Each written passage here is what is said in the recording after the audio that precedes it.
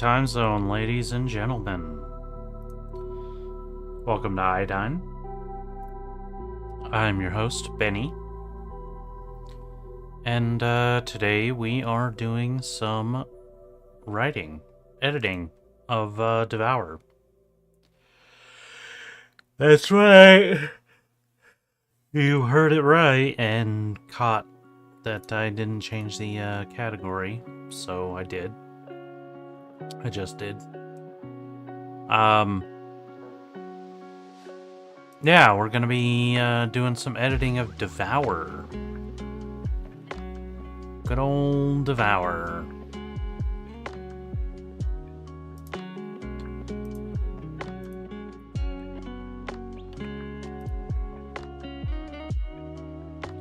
Hi, Poyo. Hi, Batman. You got in a scrap in school? Well, what'd you do that for, dude?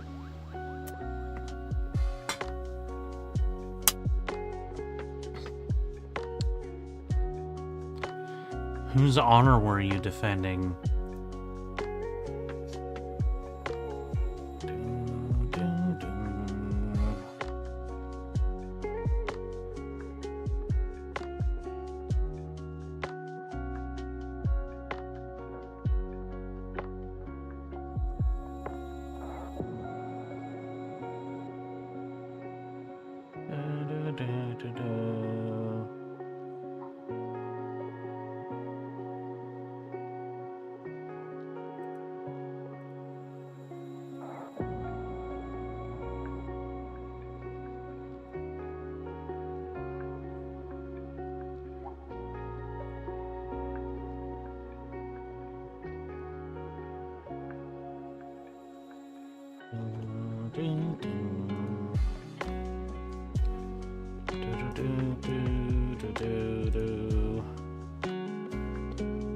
How many defaults?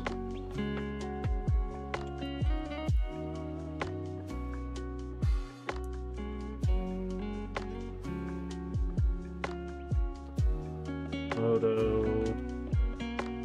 Realistic.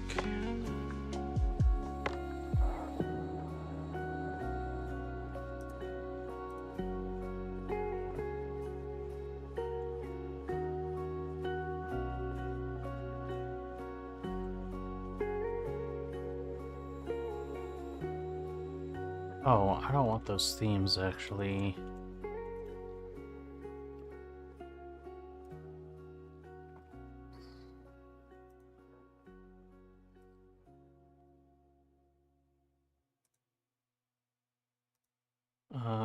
Healer A, automatic, 25 of these bad boys. The A detailer, Juggernaut, use different sampler, STE Karas.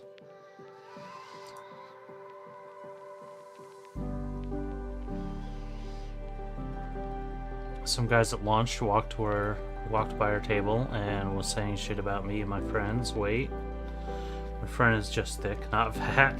It was just because she is tall.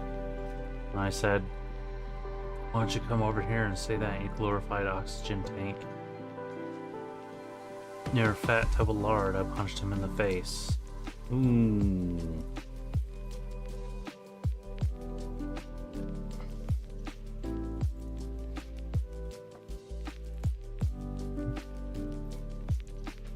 Well, that sucks, man. Sorry you had to get in a scrap.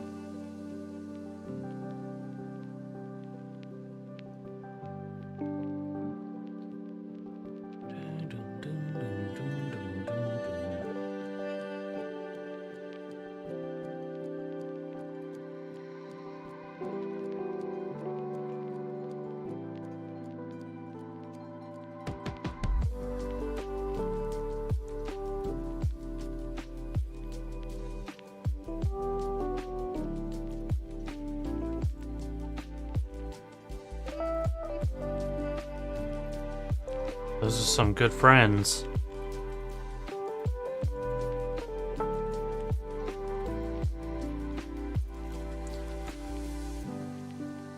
Alright, let's streaming through it. No. I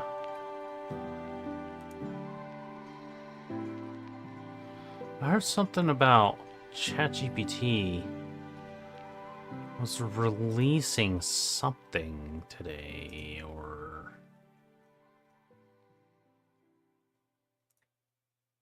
I don't know. Okay.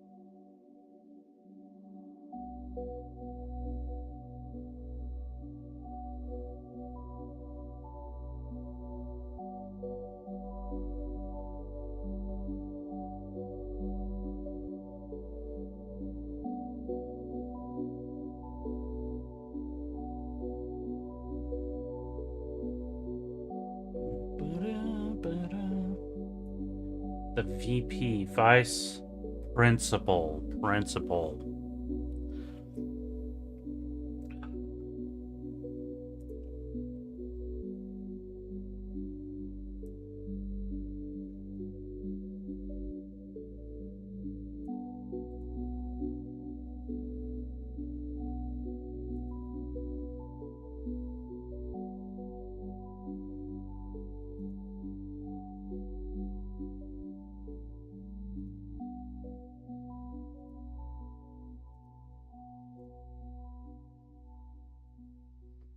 Okay, let's see if this is even gonna open.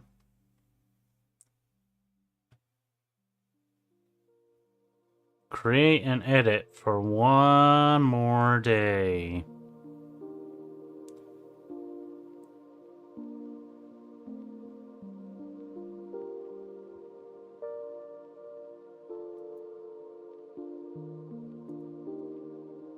How much? $69.99 a year. Oh my god.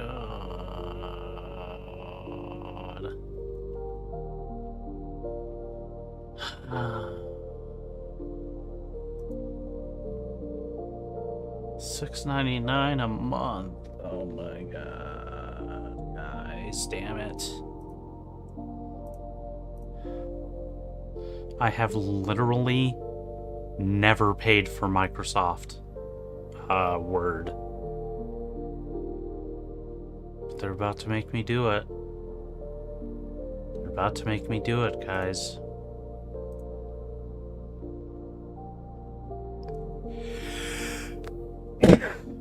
Oh, I just sneezed.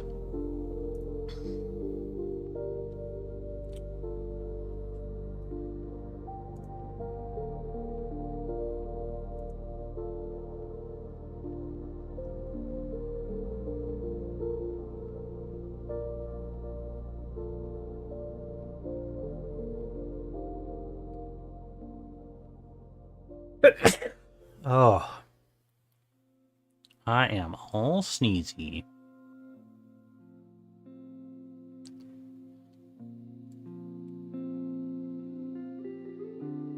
Do you think I can bundle it with, like, Game Pass or something?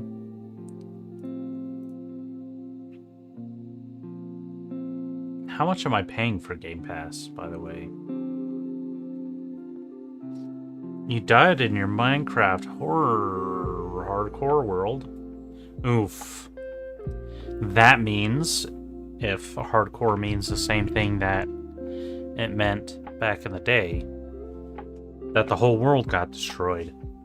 That the world got deleted. Is that how it went?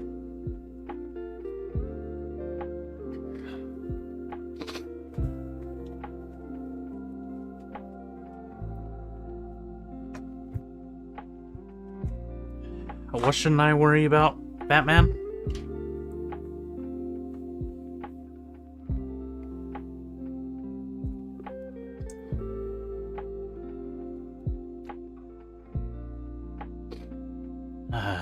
Game Pass is $20 a month.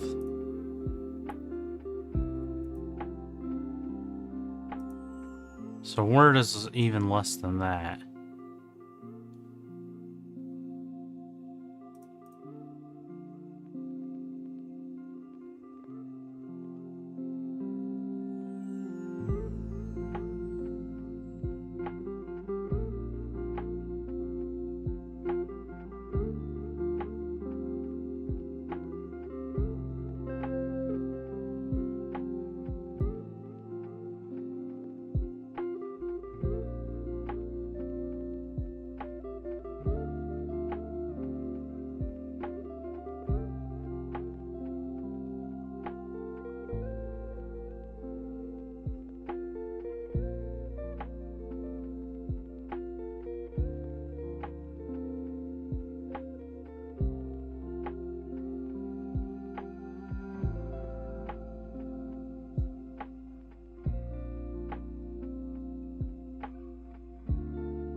Ugh.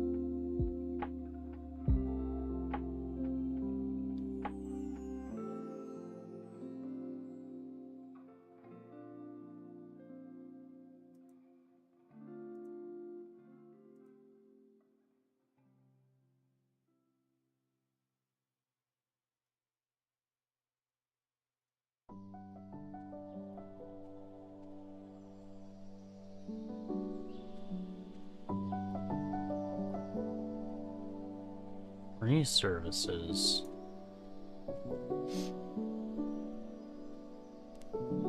Get rid of Game Pass. Are you crazy? Are you crazy, dude?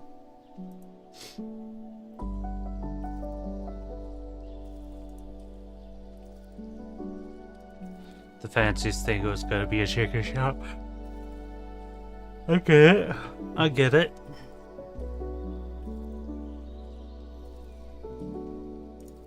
Sign up for the free version of Microsoft 365.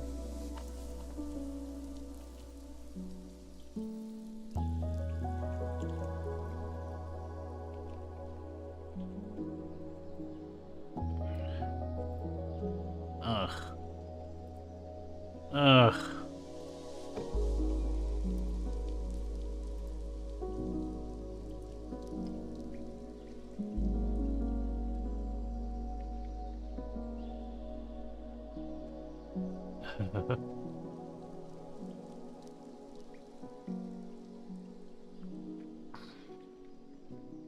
Yeah, check it out.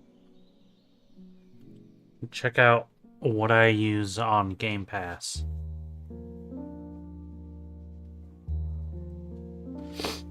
As soon as it decides to load.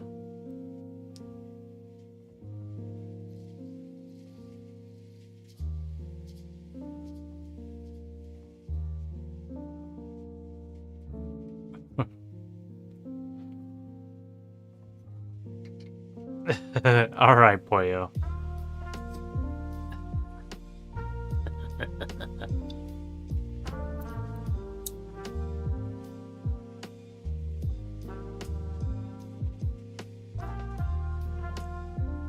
Do you know what the definition of insanity is?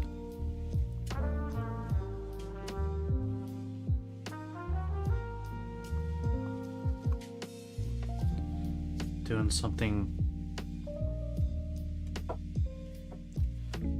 something the same way over and over again and expecting different results.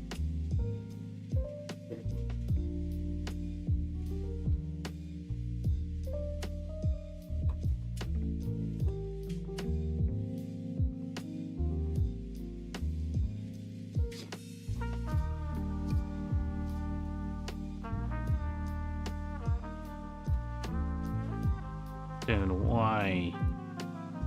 Why are you taking so long? Xbox.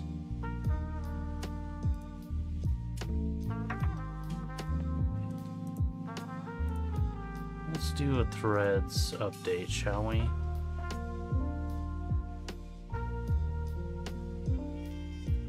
I had a post on Threads go viral.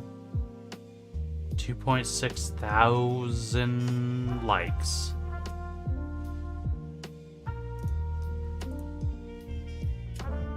$21,000 views. I think that's viral, right?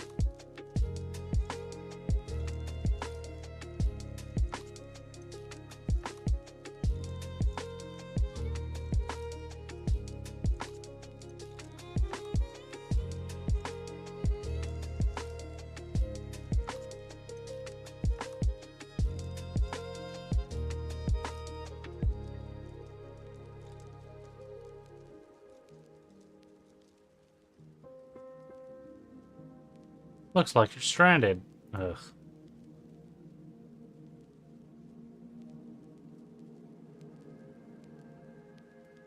Anyway, as you were saying earlier, Game Pass. So I play Stalker 2 on Game Pass, and Expeditions is great, Star Trekker is great, Against the Storm, City Skylines 2, that's on Game Pass, Warhammer 40,000 Bolt Gun, Darkest Dungeon is great, Forza Motorsport, are you kidding? Forza is on Game Pass. Tunic, I need to finish that. So, yeah, there's plenty of great stuff on Game Pass. I use it all the time.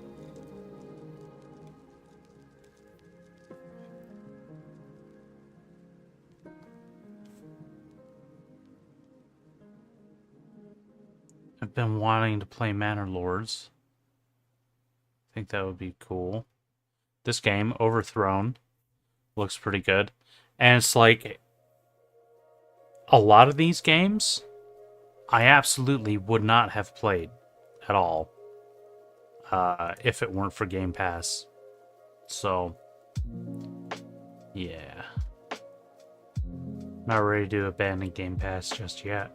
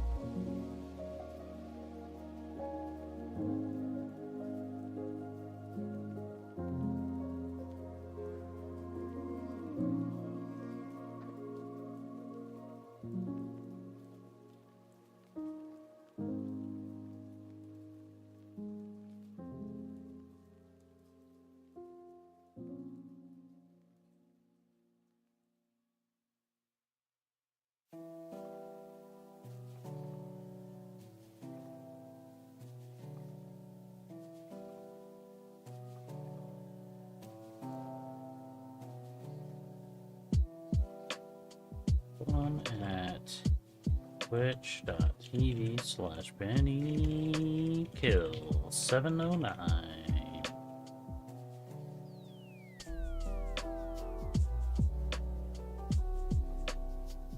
Book.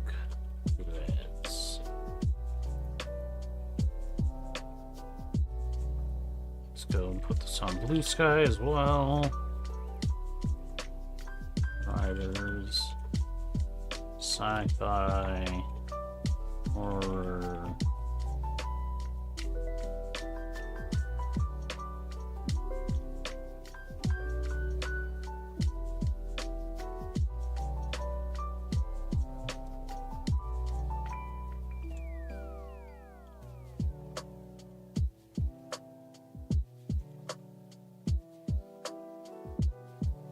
Post all. Post.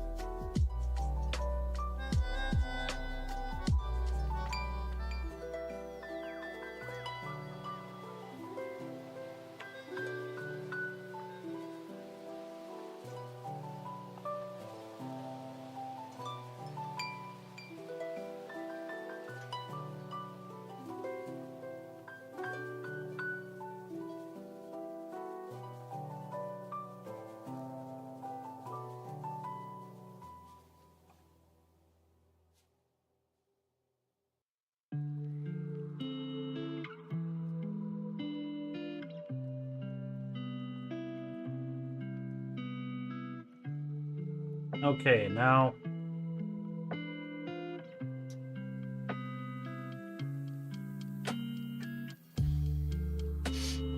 did I go through Devour with the word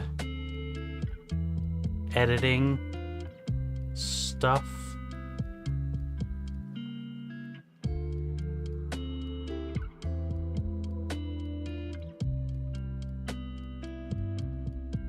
You know?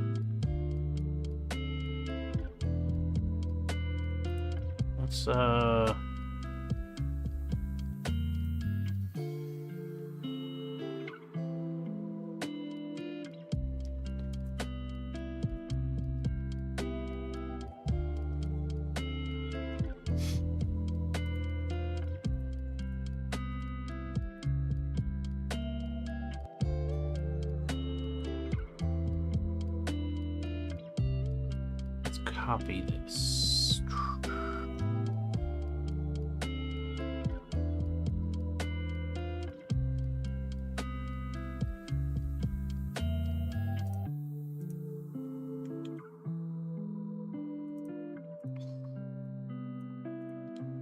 I'm gonna call this RD3. And we're gonna open it up. What was I editing the last time?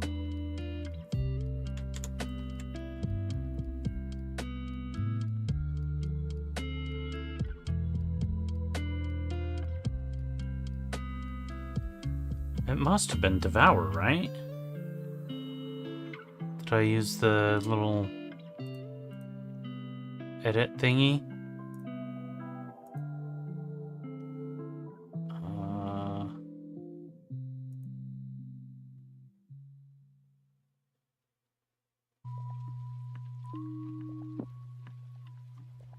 Was it suicide?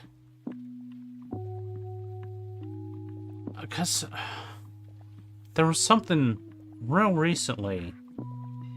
I thought it was even in November, but it couldn't have been because I was doing Hopeless throughout all of November.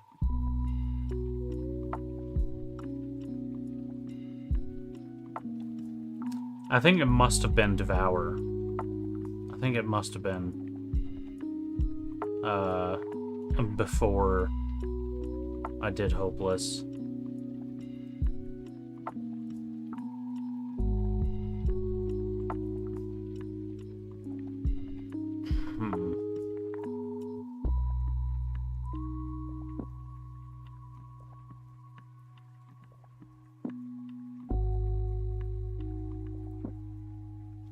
You know, there might be a way to find out.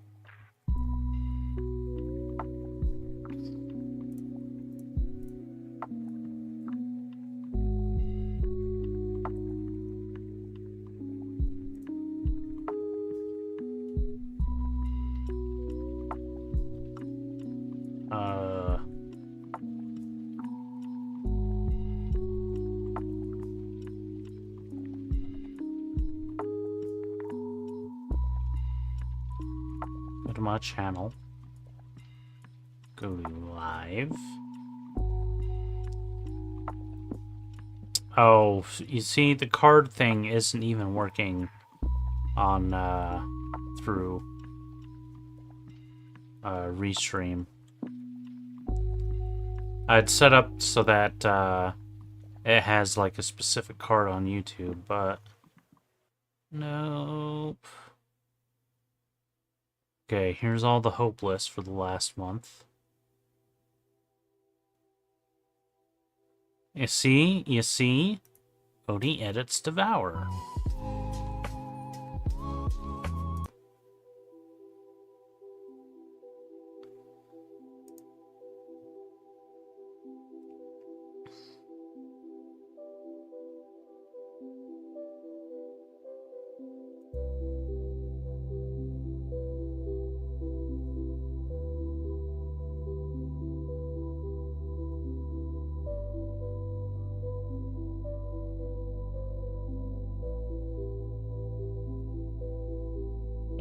Inception.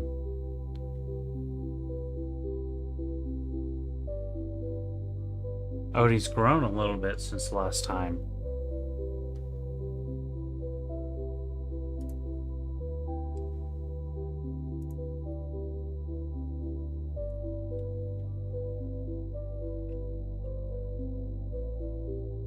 What the hell was I doing? I was like looking at some stuff for my fans. Oh, if I look at this stream in a month.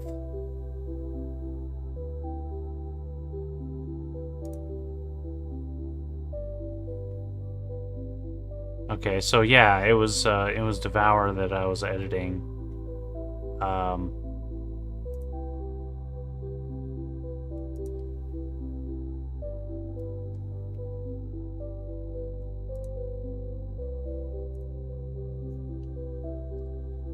You know, that whole meandering digression that I had there, where I went and decided to look at what I was doing last time, it wasn't even necessary, you know? So...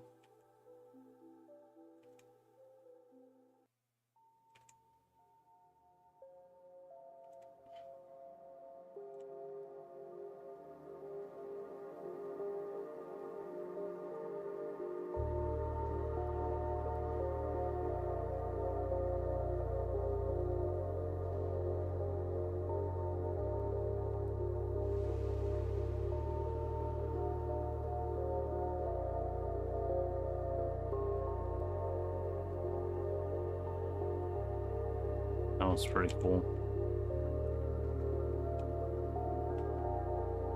That one's pretty cool too.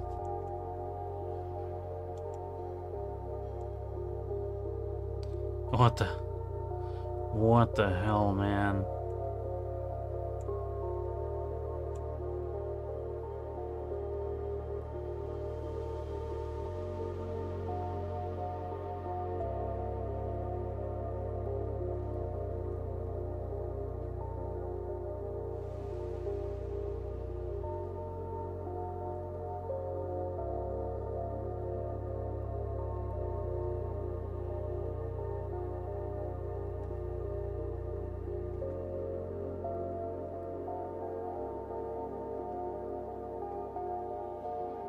Okay.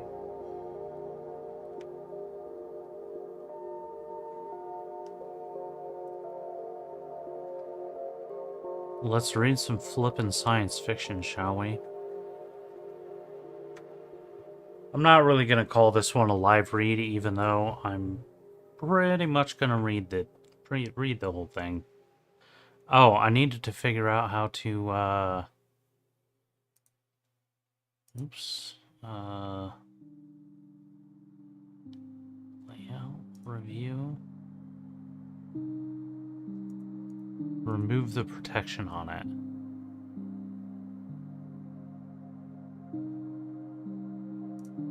Properties.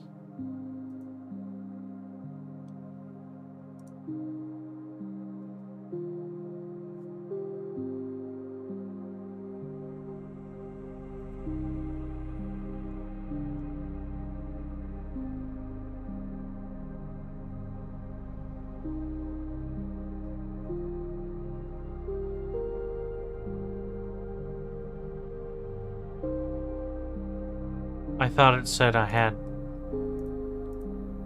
time. There was finally time.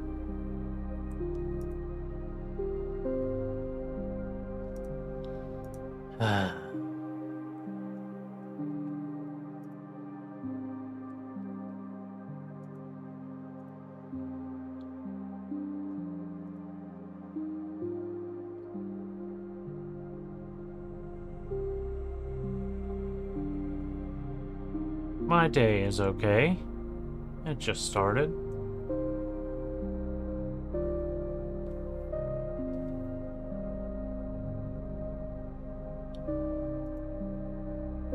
Hey, it's Necro. What's going on, Necro?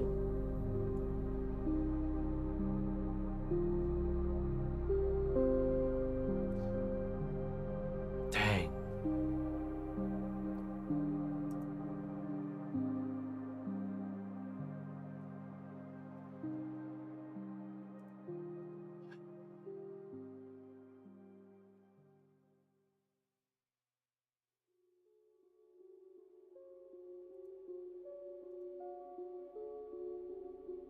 You want me to join YouTube or Twitch chat?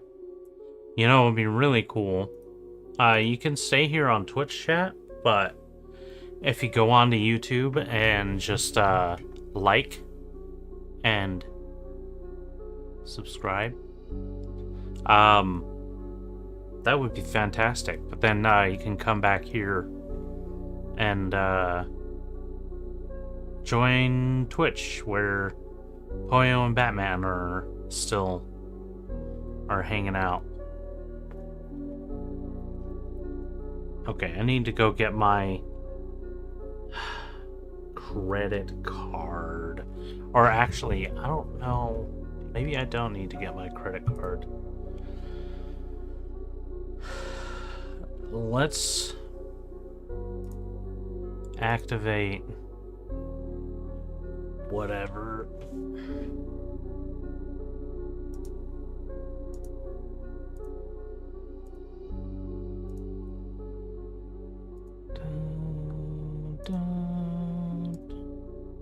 Okay,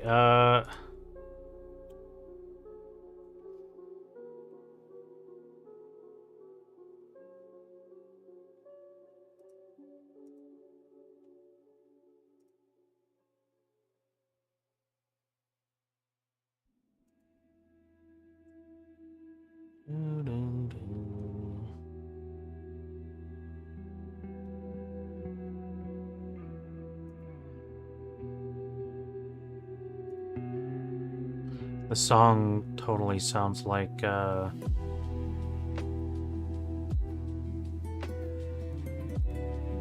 a second there, it sounded like, The Last of Us.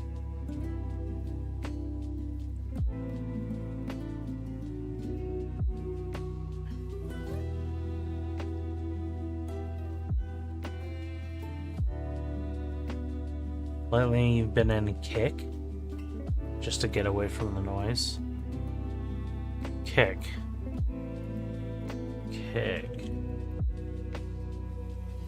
Live streaming for everyone. Give me some homework. Okay, I'll take it. But I'm a grown-ass man. I have heard of Kick. Cats barking at doorbells. Okay. I'll,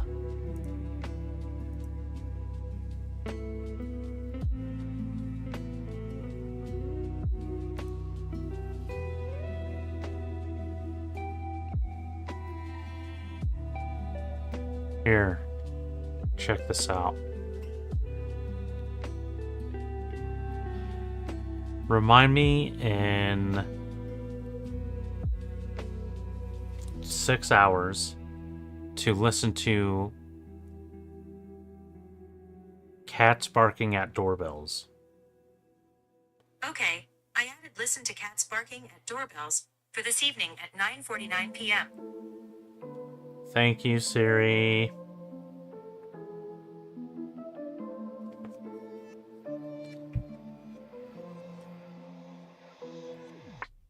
Not a lot of writers streaming in Kick. Twitch, we got some writers.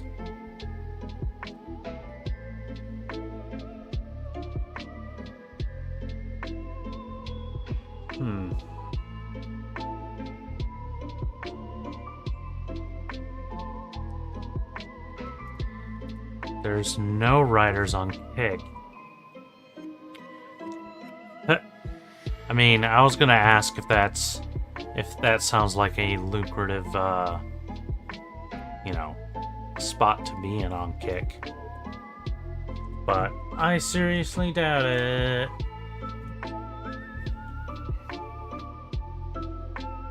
Because it's not profitable here either.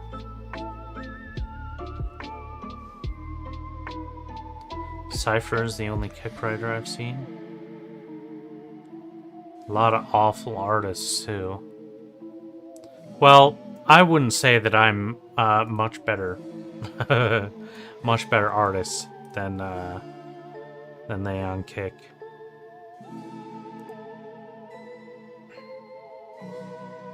Okay, there's gotta be like a...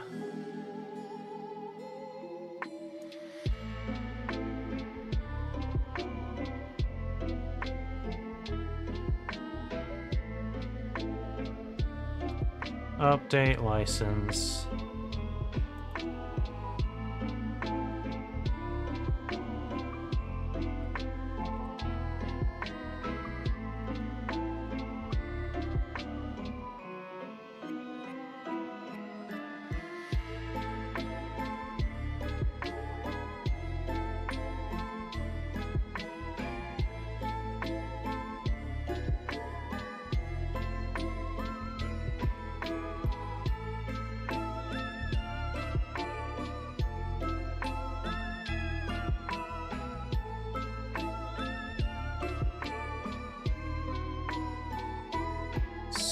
Stores.office.com page cannot be found. This is not looking good.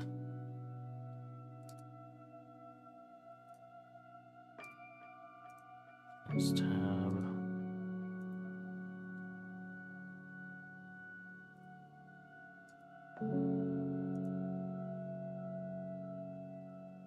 There we go.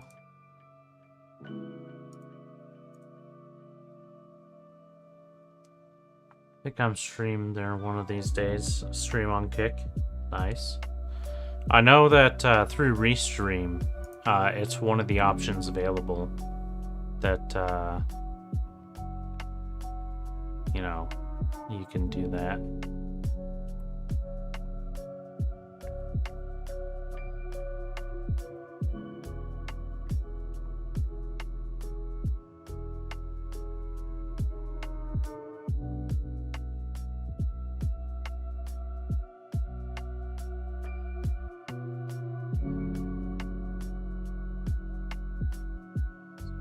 On subscriptions, Microsoft 365.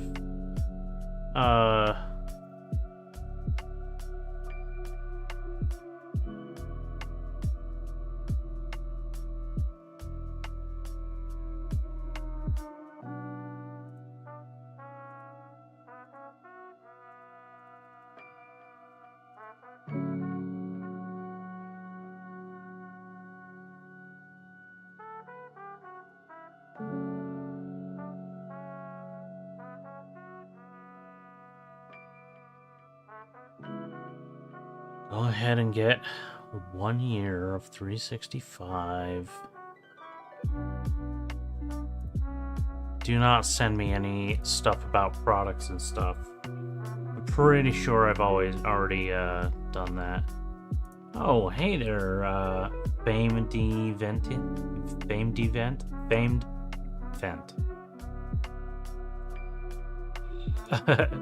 Thank you for being here. Here's your award.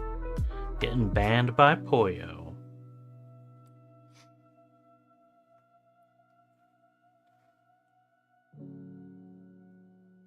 A lot of assholes. I got banned for making jokes on a horror movie stream. Whatever. A horror movie stream. On Kick? Sometimes I go watch horror movies on Twitch, and I made some jokes and nobody banned me.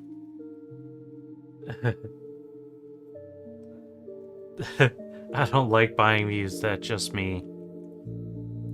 You're not alone. You are not alone.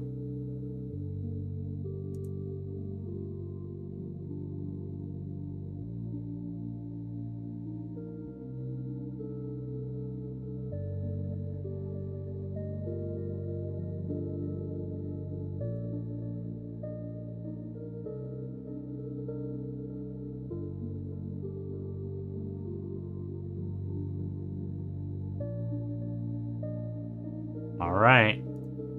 I have a license. So.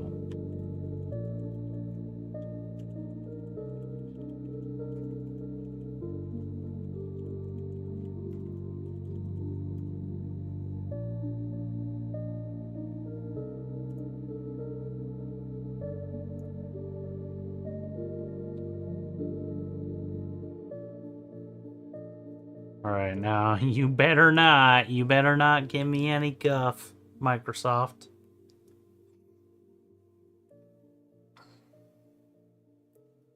We have movie streaming here, also anime too. That's cool. Accept the license agreement. Accept your privacy, your choice.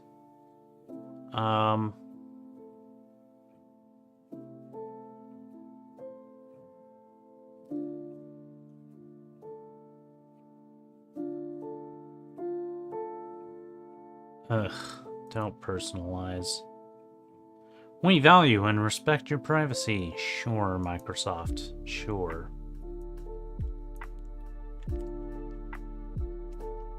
Okay.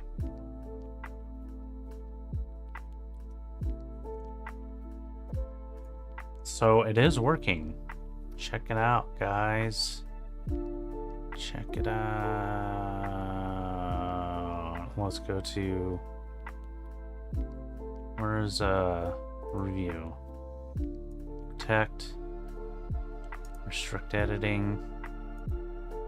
Oh, it didn't have editing protection on it. So let's go into the second one and let's go to review, protect, restrict editing, start using protection. No password, no passwords, you know.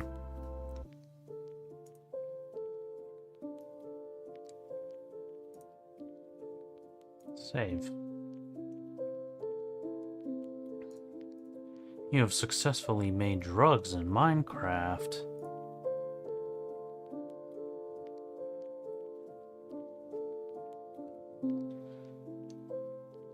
And a chicken shop on top of it. Remind me of anything?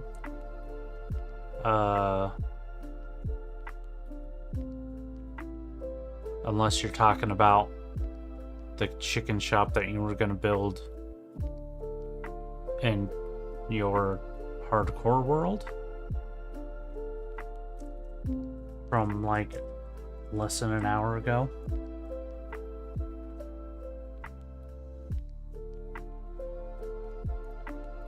Alright, let's go ahead and Los Pollos Hermanos. Ah, okay. You're making a Breaking Bad reference. Good ref, bro. Good ref.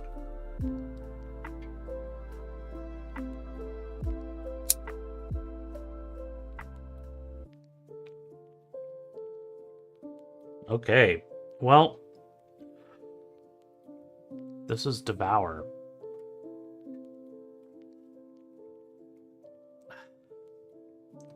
Let me go ahead and meander again. Switch to something completely different. And go and pick up these images of Lucy.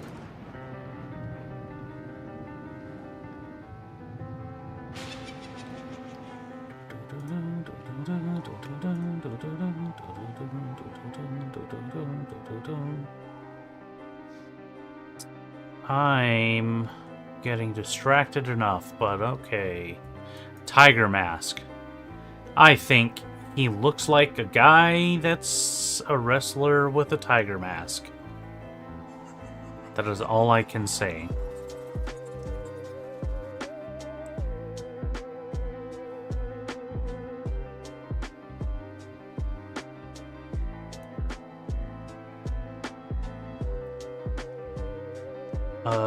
Let's see.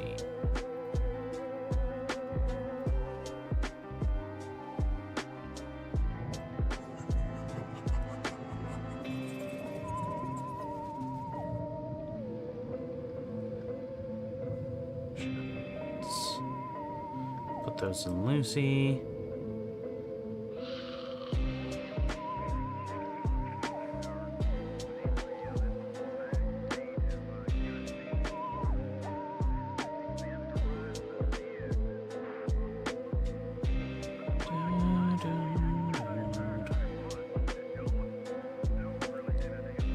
I mean,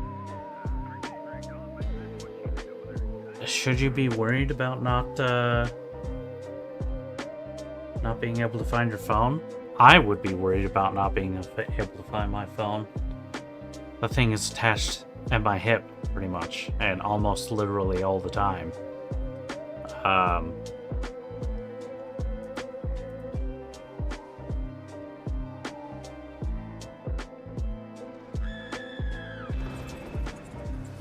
Okay. Let's go and pull up VLC. Let's go and put all the Lucy's in there. That's a lot of Lucy's. Let's put... Yeah, I'm just gonna do Lucy for now.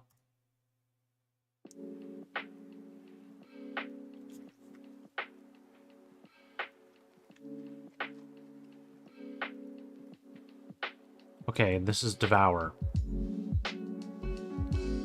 by BennyKill709. Dedication. This novel is dedicated to my best friend and patron, without whom this book, nor any of the previous or after, could have been written. Brett Booth, December 29th, 1988 to May 9th, 2024. I love you, brother, and I always will. No edits necessary. I think that's perfect. And I still feel that way.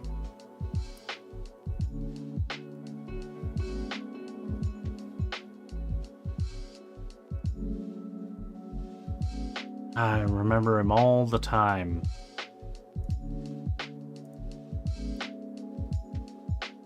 Alright. Prologue. The rhythmic chirping of the harmonic cicada had long since been silenced.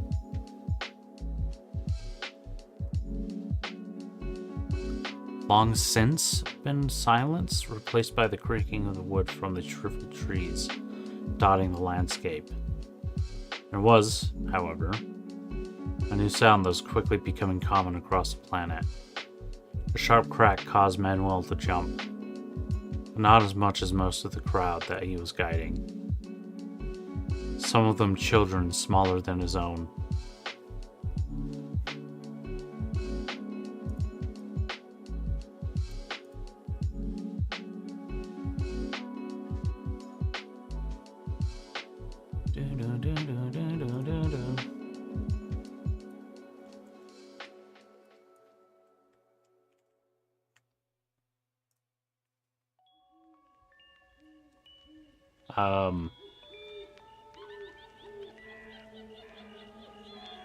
Yeah.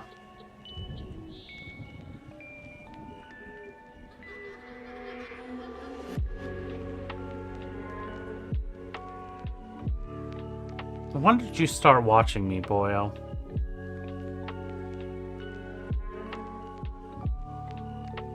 Because I wonder...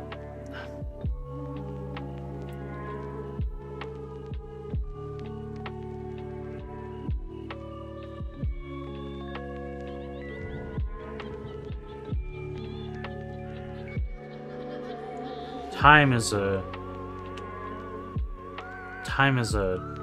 weird soup. Yeah, he died in May. Well, I was wondering if you would have might have actually been in here while he was in here, because I think that might have been December, like last year.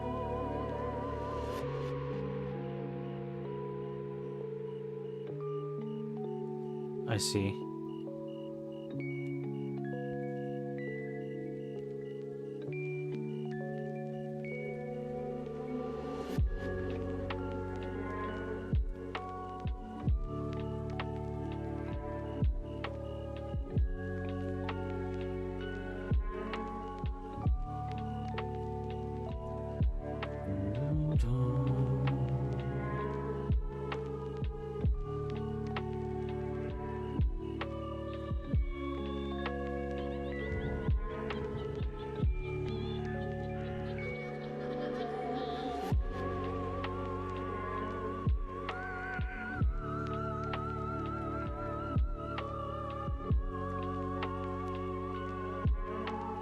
Does the following passage make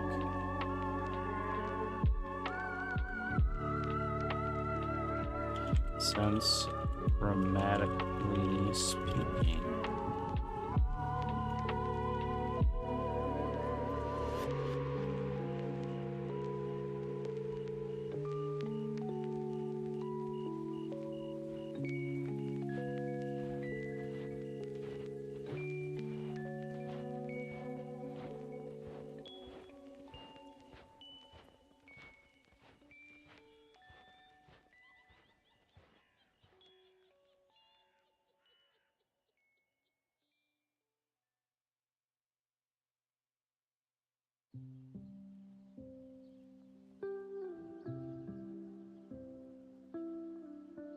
With a poetic quality that effectively conveys the change in the environment. Thank you, GPT.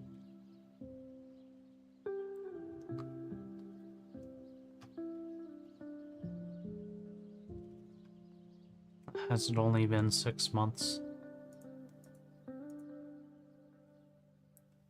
On one hand,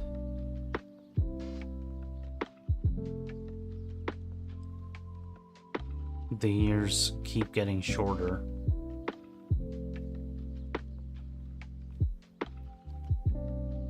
But it feels like it's been an eternity already.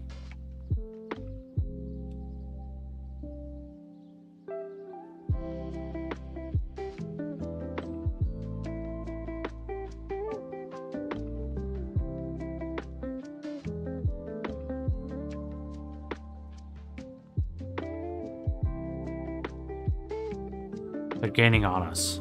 We need to pick up the pace, Manuel shouted. He could see the fear in the faces of his flock. He was afraid too, but it was a fear that he had honed in a skill over the past several years since the Stellar Dynamics Corporation hired the Urane's Blade Company to provide peacekeeping duties on harmonics. For Manuel, the sound of gunfire and screams was nearly a lullaby to him, and the constant threat of death for himself and his family were like a blanket coddling him to sleep. He let the horrific sights and sounds inform him of danger, and it was thanks to his body's learned reaction to fear that he was able to keep himself and more importantly, his wife and son alive. "Mommy!" a girl cried as her mother picked her up and hurried to follow Manuel's directions. He saw the worry-racked expression on the mother's face. Despite his calm, practiced demeanor, Manuel wasn't a monster. He gave the refugees running through the dying forest positive reinforcement and hope. "It's okay. We only got about a kilometer to go. The ship is just over the next hill," said Manuel. "We'll be there in minutes." The sound of automatic weapons fire erupted into the dusk, with several different weapons being discharged. Again, they were closer than they had been over the past hours. Manuel kept his mind focused on intuiting the situation by sound instead of dwelling on the decisions of his two closest friends to stay behind to slow the advancement of Orion's blade. Okay, hold on. Orion's blade. Manuel kept his mind focused on intuiting the situation by sound instead of dwelling on the decision of his two closest friends to stay behind. Okay. It's a little confusing.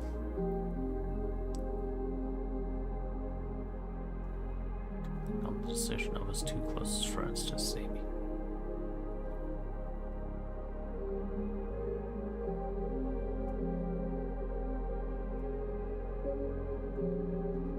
I suppose that's alright.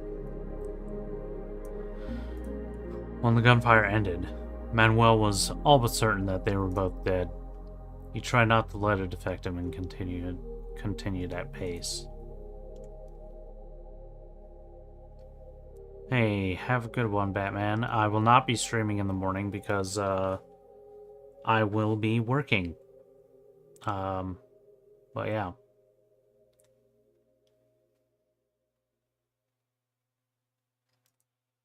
One thing that was catching his attention was one of the group he was guiding. It was a young woman. She was very attractive to him. Were he 15 years younger, not already hitched, Manuel would have been laying on the charm hours ago, with an exaggerated accent. Perhaps it was that she was off limits that he was able to notice. Perhaps it was that she was off limits that he noticed. He was able to notice that despite her rough, tattered clothing, the woman's skin, hair, and makeup was immaculate. She also always smiled when she saw Manuel looking at her. It was a smile that said, "I'm interested in getting to know you," instead of, "If we don't hurry, are we going to die? We're going to die." Manuel was puzzled. He kept looking at the woman. There was something about her that seemed familiar to him. He kept his eye on the rest of the group, but he hovered around the woman, making sure he was there to help her climb over boulders and navigate the bush. "I'm not sure I caught your name," Manuel said as he skillfully clambered up to the top of the jagged rock.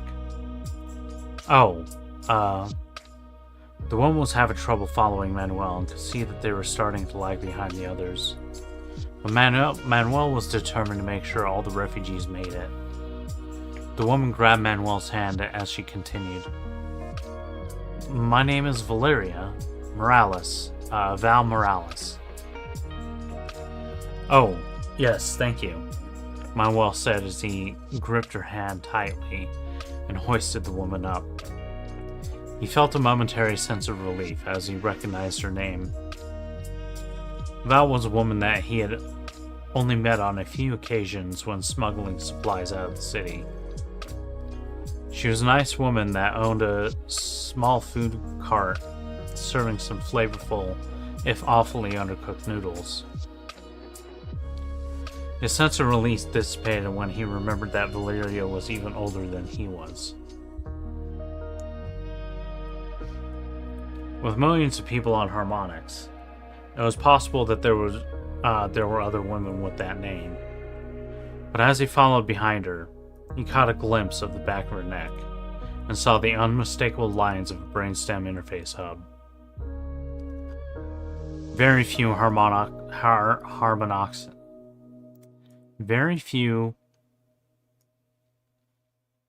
harmonixians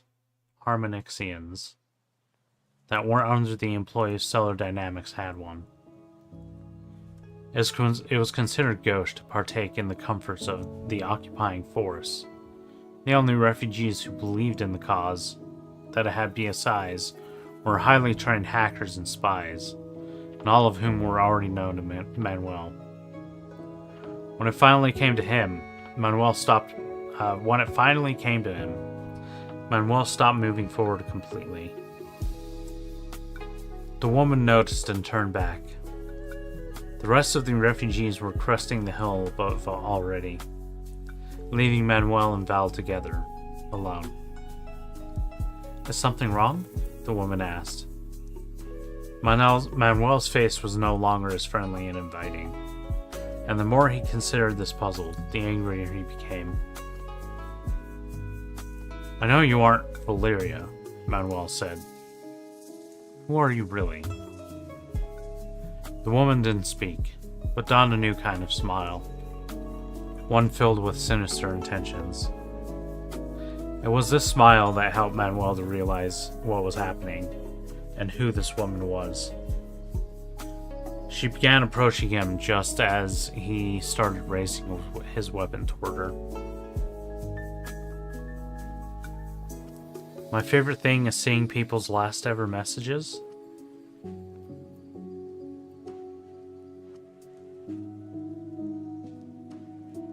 That's interesting. That's an interesting thing to have as a favorite thing.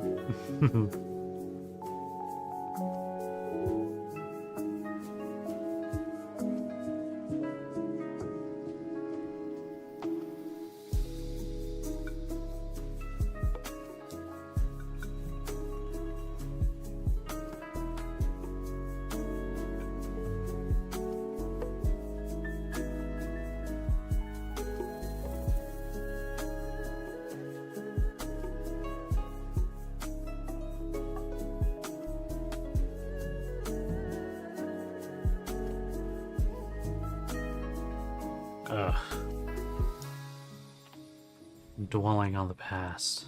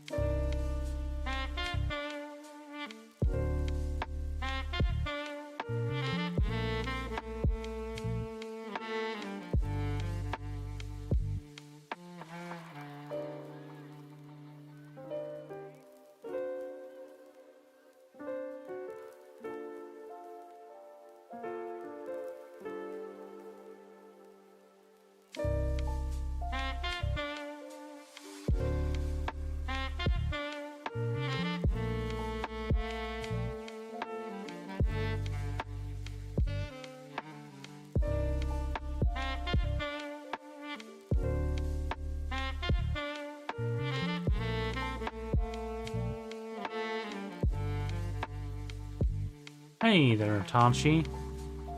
Party parrot.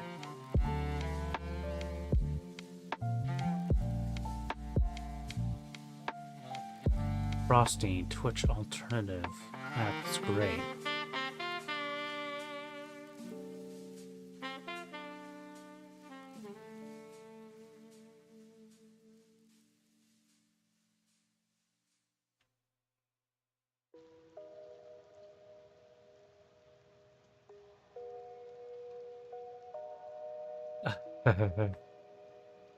How accurate do you think that is, Tanshi?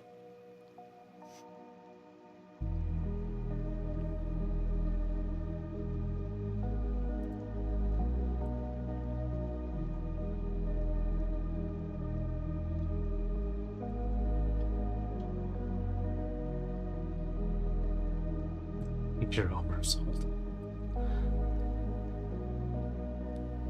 I don't think so. I think you're amazing, Itachi.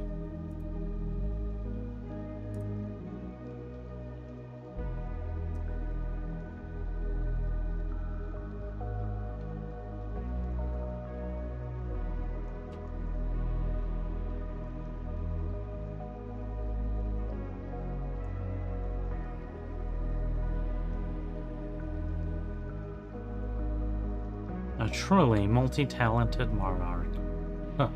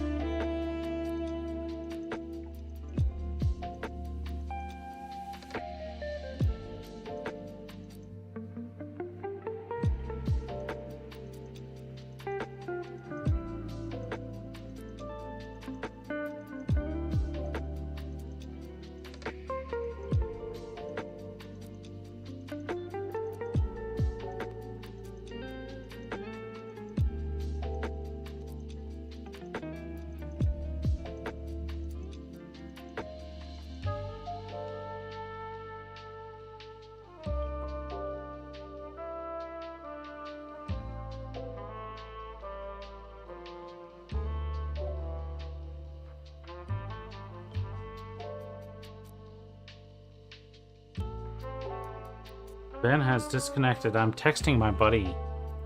He just sent me a thing. Apparently the shooter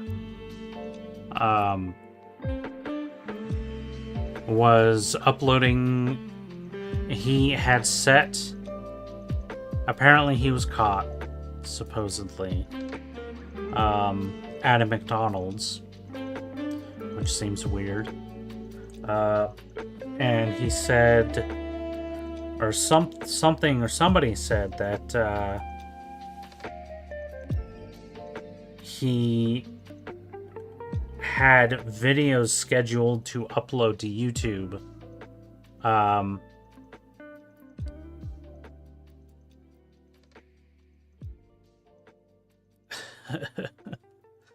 Frosty. That's really interesting. I like the recursive asking frostytools.com to do a thing on itself. It effectively advertises itself.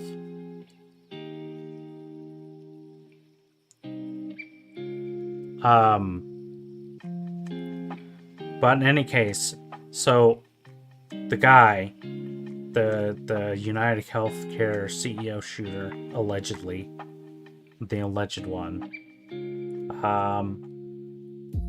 scheduled videos to be uploaded to his YouTube account following his arrest.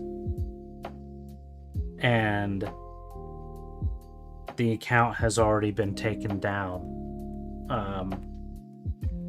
But like, I was just gonna respond to him. That's not how YouTube does things. You can't. I don't think you can necessarily schedule something to be uploaded to YouTube. I always thought it was you upload something to YouTube and then you schedule its publish date. And that's how it works. That like basically when you're scheduling something, you're not scheduling its upload. You're doing the upload immediately, like at that time, and then you're scheduling it for release, right? Poyo says you can.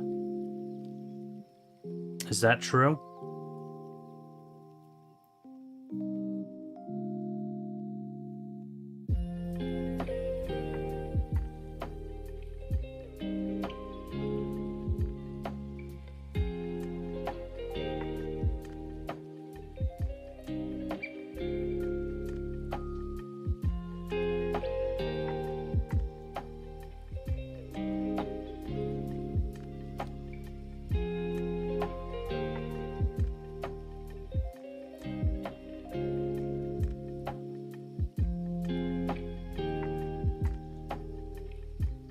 I don't know, you could set it to actually upload at a certain time. You do it through a third-party site. Yeah.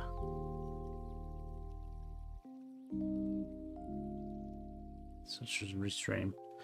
But I think it's kind of weird because why would you do that? Like, why would you tell people that, right?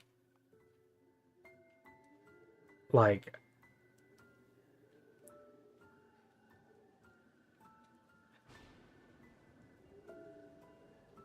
the person that they caught, if this is what they said, like, it doesn't seem like a very smart thing to do. And from all that we've seen so far of this shooter, he seemed to be pretty smart when he did the shooting. Like, it was very well planned out.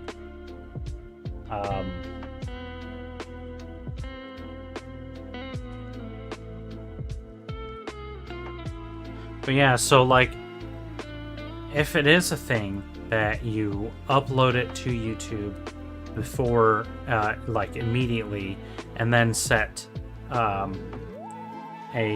release date, like a publishing date, then that video would already be on YouTube. And while the public may not have gotten access to it, in that case, YouTube servers would have. But, like Poyo says, you may be able to set up a third-party site to upload it at a different time.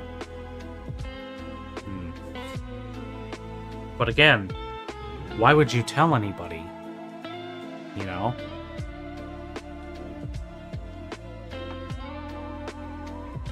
Like, why would you tell somebody in time that they can get it removed? Like, I don't know.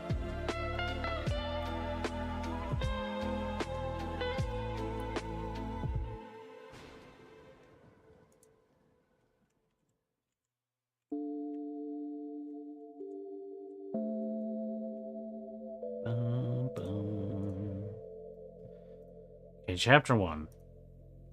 Surrounded by hills, the interstellar ship Minerva's Whisper was tucked away and out of view of the approaching armies of Orion's Blade.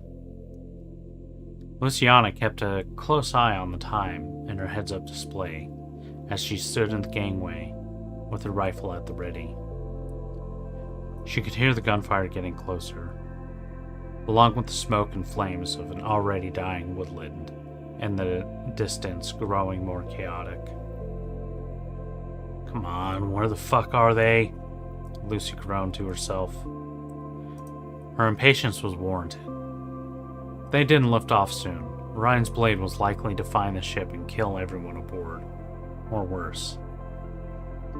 She had heard rumors about how barbaric they could be, but she wasn't one to pay rumors any mind. She did, however, trust the Intergalactic Mercenaries Guild ranking and Guild's ranking and reporting system, and according to the IMG, Ryman's blade was notorious for completing contracts with little regard for collateral damage. The Stellar Dynamics Corporation that employed them was also not concerned about local populations or ecosystems. Lucy didn't read reports to know this, as she had first-hand experience with the corporation.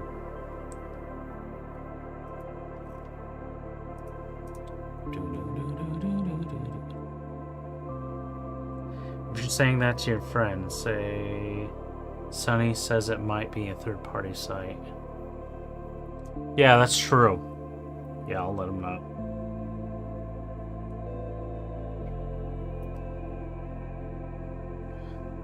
I mean, there's other questions too, you know?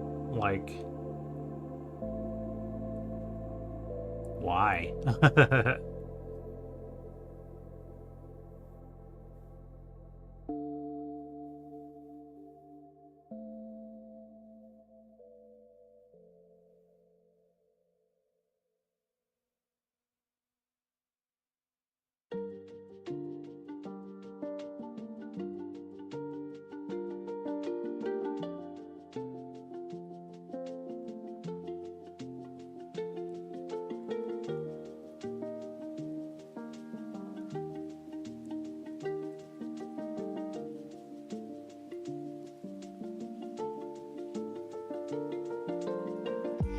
Why does it say RCS in my text message field? It's weird. What to heck does that mean?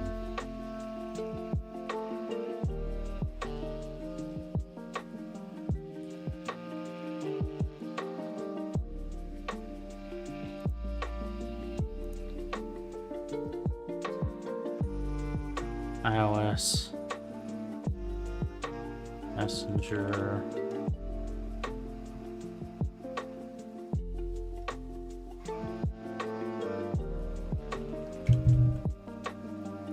Text message RCS. Oops.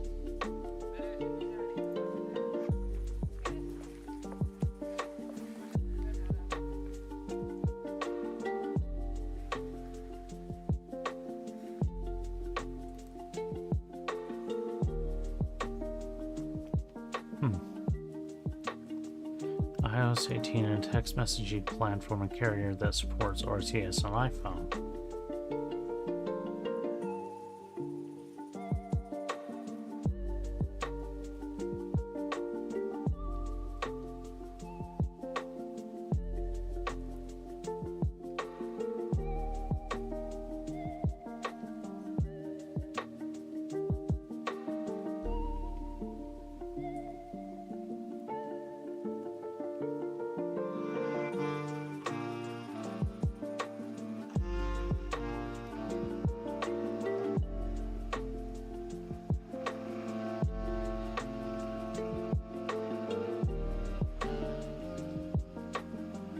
Half of them don't have RCS enabled on their side.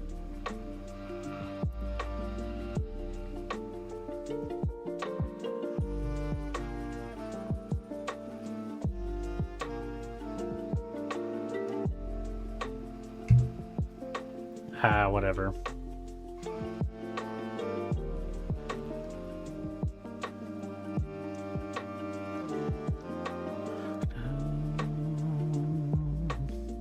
As she listened to the sound of gunfire getting ever closer, she was antsy.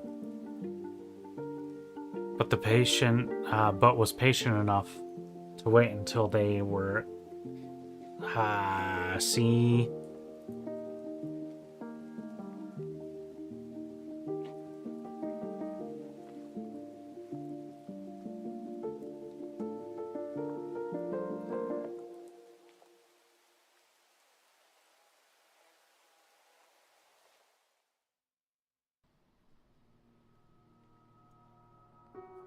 Okay, I'm gonna change this. She was patient enough to wait until they were...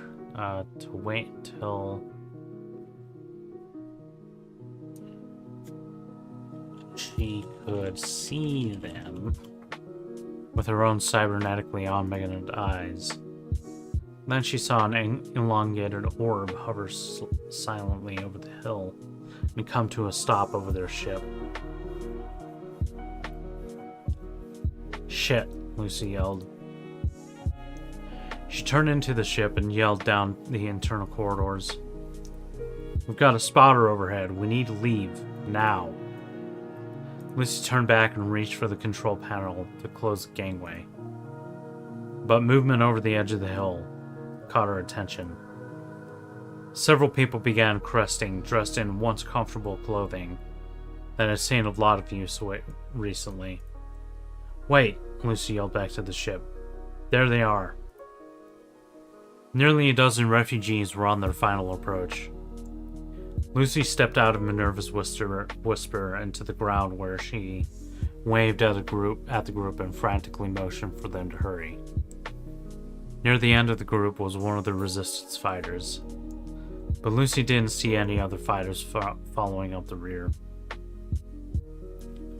Once the group made it to them, the fighter in front took a spot opposite Lucy and quickly started guiding the refugees up into the ship. This is the last group, Lucy shouted to the fighter, then pointed up toward the orb hanging in the sky. We're being painted. We need to go, now. The fighter acknowledged with a simple, stoic nod before continuing to corral the rest of the refugees into the ship. One of the refugees was lagging behind the rest of the group. It was a woman with blood down the front of her tattered dress. Just before helping her onto the ship, the resistance fighter grabbed her arm. Where's Manny? What happened to him? The fighter asked.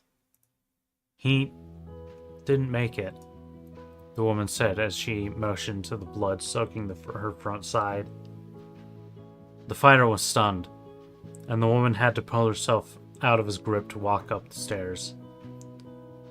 There were no other refugees left, but the fighter continued looking over the hill, hoping that at least one more figure would appear.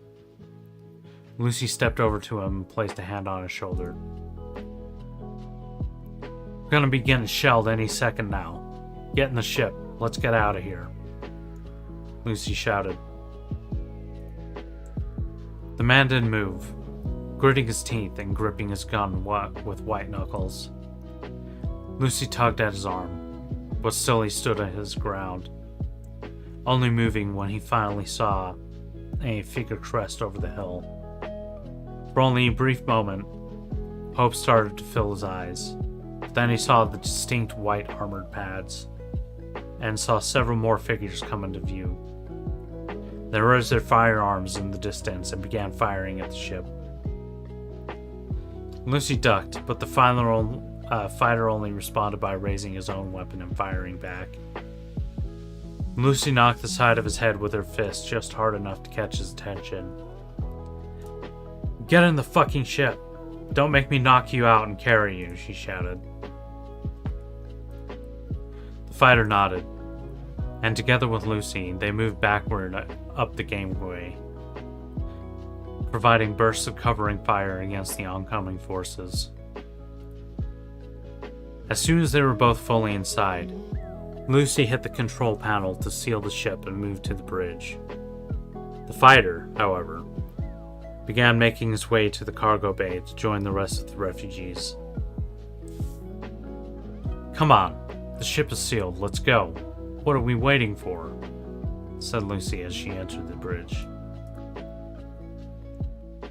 Lumina's doing some calculations, Jean-Patrick said. Fuck the calculations, jump us the hell out of here. Right into the center of a red giant? No thank you. The chances of hitting a star in the Milky Way is less than 0.1%, Jean, Selman said. I think we're all willing to take the chance. Fine, Jean said. Spin up the drive. Way ahead of you, Salmon said, looking through the expansive displays. Lucy watched the sky. Oh, I faint, but growing light. How did that eye get in there? That's weird.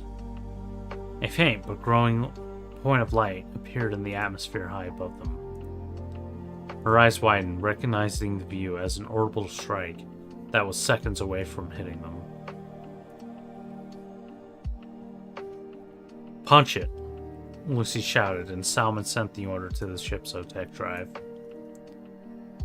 In an instant, Minerva's whisper was no longer on the surface of Harmonix. It was now hovering in space above a distinctly different planet. The only thing they felt was a change of gravity. Their bodies became lighter, a sensation that compounded the feeling of relief that came from having fled Harmonix with their lives. In the cramped cargo bay, even though they couldn't see it, the passengers knew they had successfully escaped a grim fate. But it wasn't exactly a joyous occasion. As the tension was relieved, a sorrow grew among the survivors. Harmonix was their home, and most had never known anything else. It was where they built their homes and raised their families. It was where they found love and came together during strife. But now, they knew they would likely never see the planet again. And even if they did, the ecosystem was collapsing at a rate that would leave the majority of the planet inhospitable to human life outside of the atmospheric domes. A choir of wailing voices grew as this realization set in amongst the crowd. The last resistance fired aboard the ship met up with the others, but they didn't speak.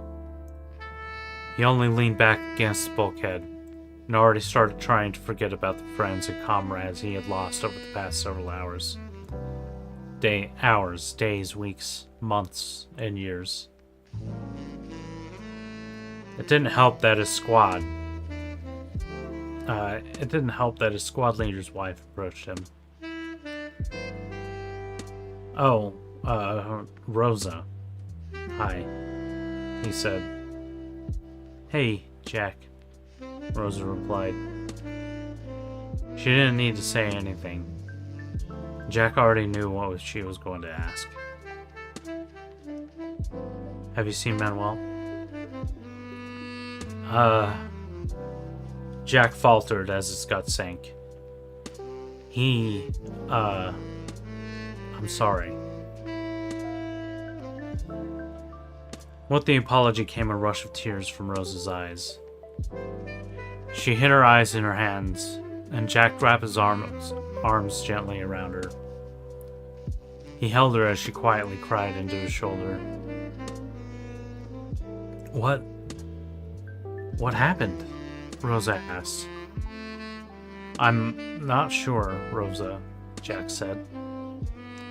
He raised his head and looked around the cargo compartment to find the last refugee to board. It wasn't difficult, as she had a large streak of red soaking the front of her dress.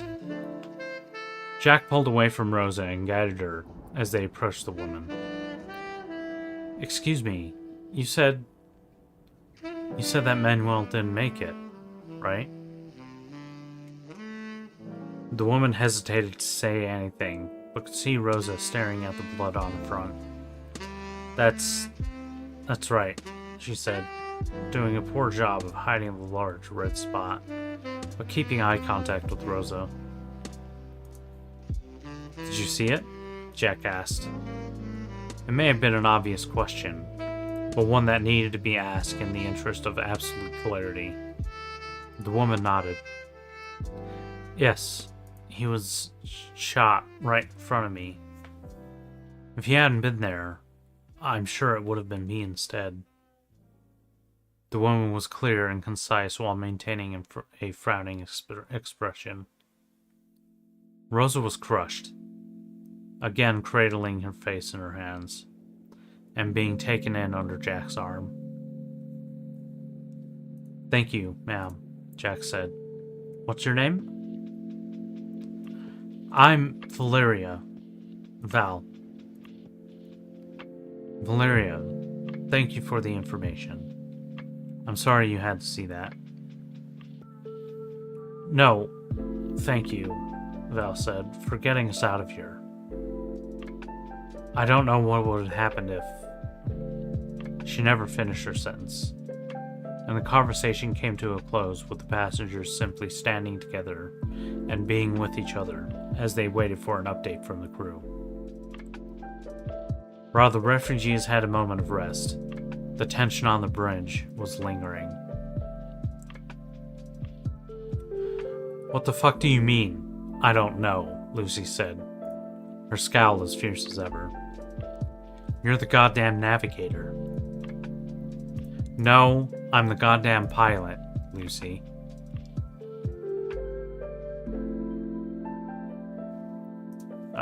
Doesn't need to be a question mark.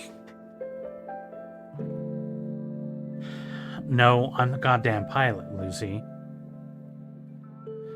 Jean Patrick snapped back in an uncharacteristically irritated demeanor. "Lumina is a navigator, and she's much better at it than any of us could ever hope to be." "So, Lumina," Lucy said, speaking towards the ceiling, "what the hell happened?" "Apologies, Mrs. Bala." The voice of the woman came through hidden speakers. Even though every crew member in the room had a brainstem interface and could hear her through direct stimulation of their cochlear nerves. I did plot a course that would have dropped us in interstellar space within Constellation Carina. Our current location is not what was intended. "Okay, well, how far off are we?" said Salmon, the ship's engineer. "There is yet insufficient data for a meaningful answer." "Jesus Christ," Lucy said. "What the fuck?" "Please elaborate." "Based on the latest data from the Stellar Cartography Society, I am capable of accurate positioning up to a range of nearly 1 billion light-years from the Milky Way's local group. From current observations, it does not appear that we are within range for effective positioning." "We're lost, is that right?" Lucy asked. "At the current time, yes," Lumina said. "But I still may be able to find the local cluster even if it's beyond accurate positioning range. If it is still within the bounds of our currently observable universe, I may still be able to find it, though it may take some time for processing." "And if not?" John Patrick asked. "If we are unable to find the local group, we can jump to another location and try again, and continue trying in a planned pattern until we do find it."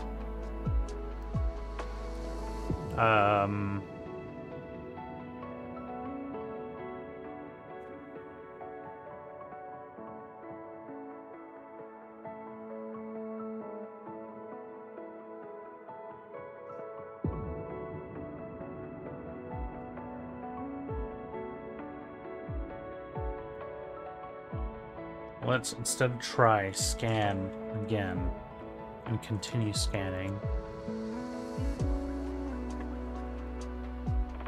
in a planned pattern until we do find it, someone said. But wait. Lucy was still confused about some of the details. I mean, it's happened before, right? The lunar disaster, expeditions beyond the edge that haven't returned, missing colonists. Shit does happen when using OTEC drives. But if we really did completely randomly jump, what are the chances that we arrive above what looks like a hospitable planet to me?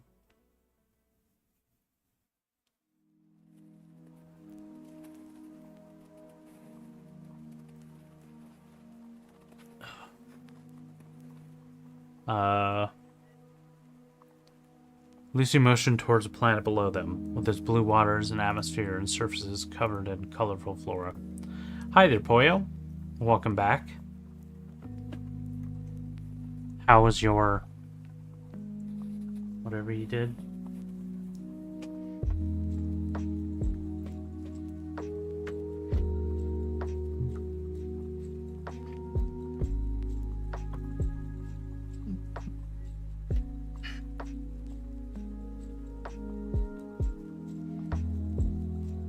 Probabilities, one in Illumina began to speak, but was cut off by Salmon. Astronomical is literally the perfect word for those chances. Guys? Jean-Patrick was staring at a display on his console. I think we're still underestimating the absurdity of our current situation. He paused a moment to make sure he had everyone's undivided attention before continuing. There's people down there. It was like the air had been sucked out of the room as everyone fell deadly silent. After first contact, when the observers delivered the instructions for building interstellar technology, now lovingly called OTech, the alien beings vanished and haven't been seen since. Once humanity had access to the stars, they searched and found the universe teeming with life. But reports of intelligent life are rarely credible, and few and far between. I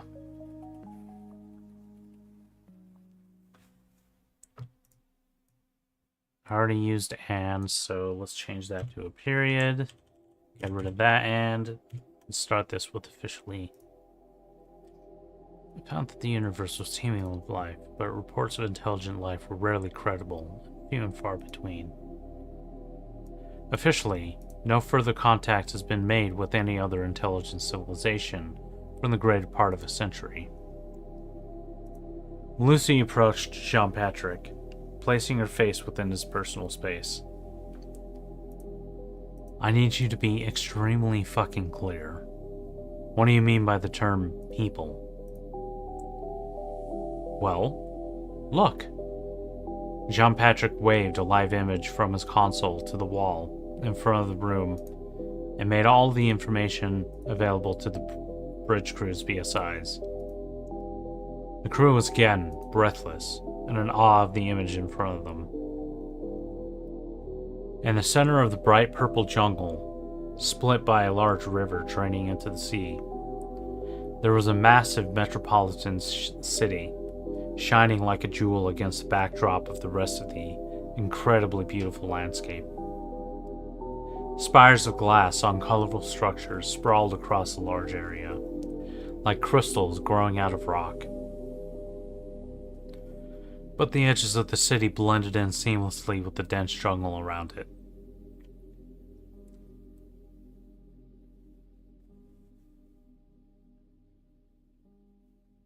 I'm receiving a phone call.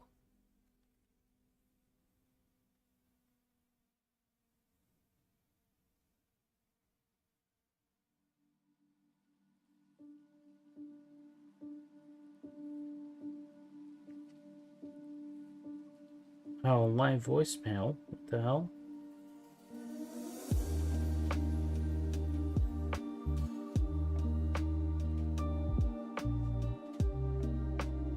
Doesn't seem like they actually left a voicemail.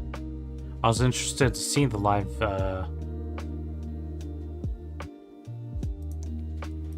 Does Viv or Naomi like ice cream?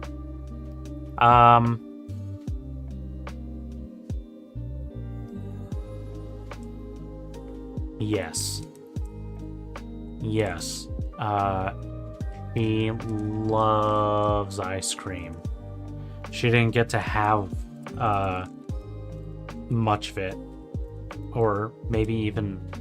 Yes, Vivian and Naomi are the same person.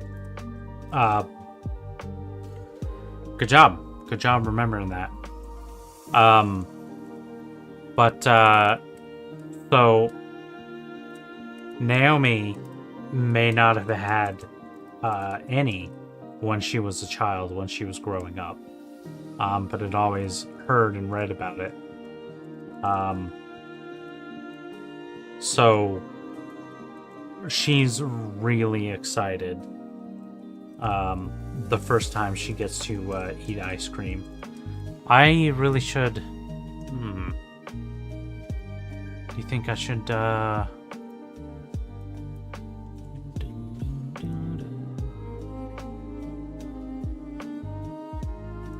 World Anvil.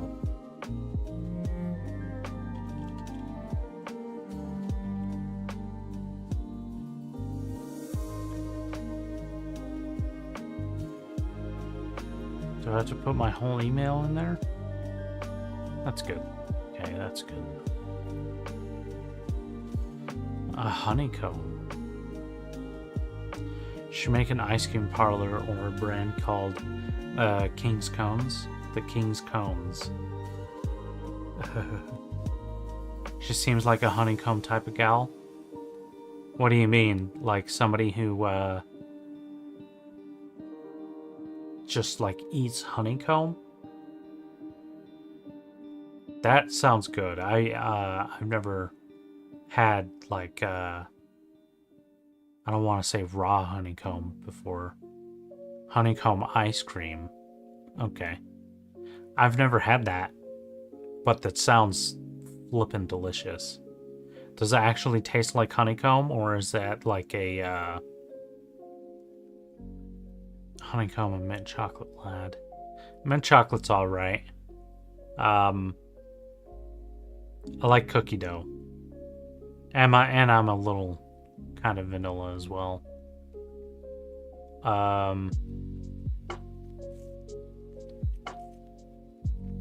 But if we're talking about shakes instead of like straight ice cream, strawberry shakes are where it's at. Okay, manuscripts. Hopeless. Let's get down to business. Chapters layout.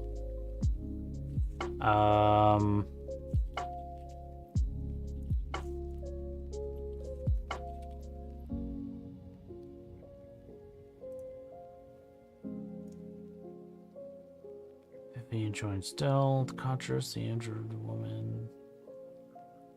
The girl receives a BSI.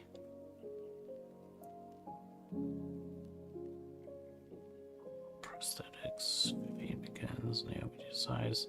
The girl graduates from her training by escaping and killing Kane. She is inducted into the Voidwalker Syndicate.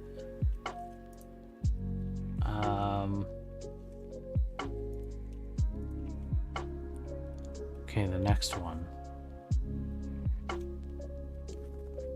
The girl meets her mirror, Derek. She participates in raids and hits. She quickly becomes proficient.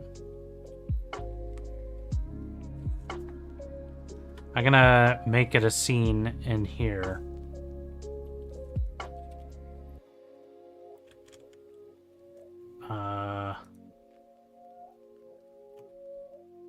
Meets Derek, who sends her on a personal. Girl begins to explore the outside world as an ice cream.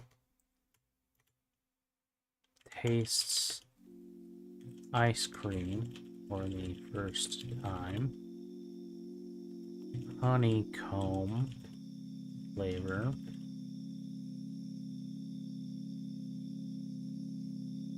It has honeycomb chunks in it. Oh, that sounds really good.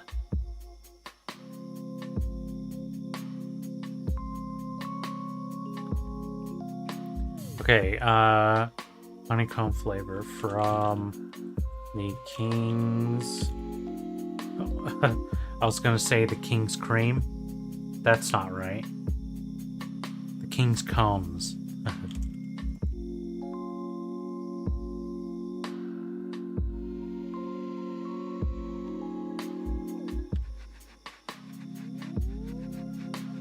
There we go.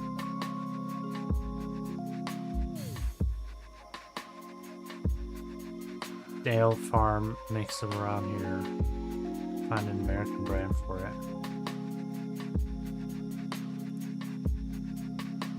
Honeycomb ice cream.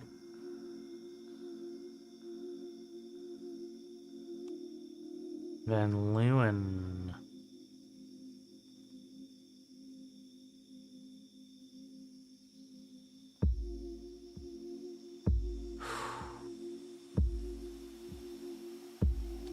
Well, damn it, Poyo. Now I really want ice cream. But yeah, there you go. I've gone ahead and put it in there.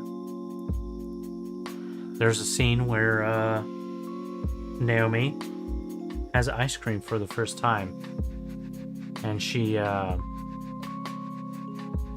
has honeycomb flavored ice cream.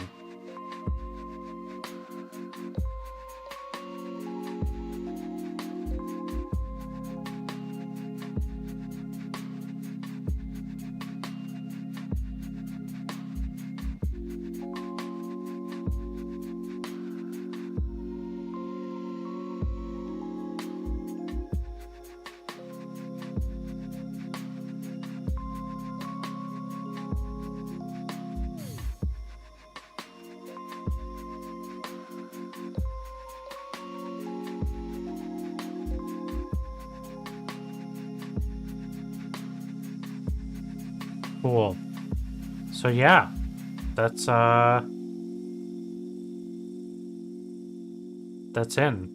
the thing.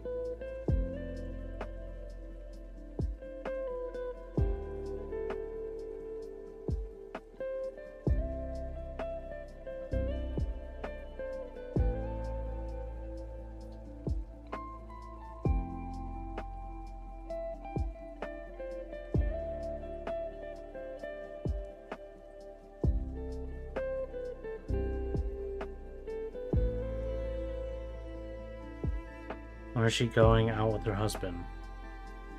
When she's going out with her husband, is she Naomi or Viv? That's Viv. That's Vivian. With Dell.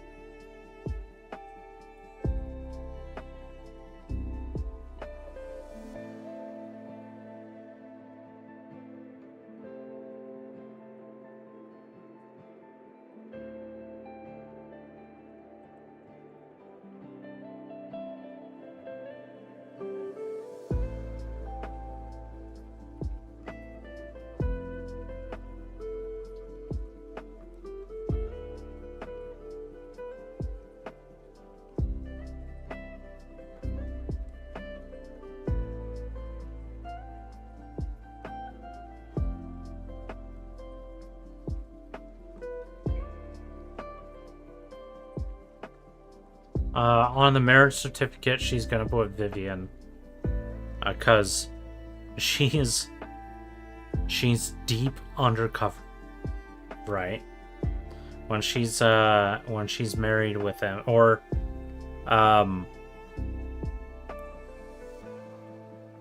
she's really only married to him for a very short period of time, like a week or so.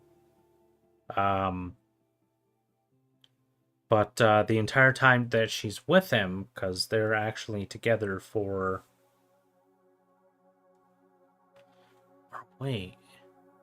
Did I decide that they would actually be together for a few years? No, it's at the end of their honeymoon that she's activated and basically told to go take care of him. But anyway, she's in deep cover, so obviously when you're in deep cover and you're using a fake name, you're not going to put your real name on your marriage certificate. So she uses her, yeah.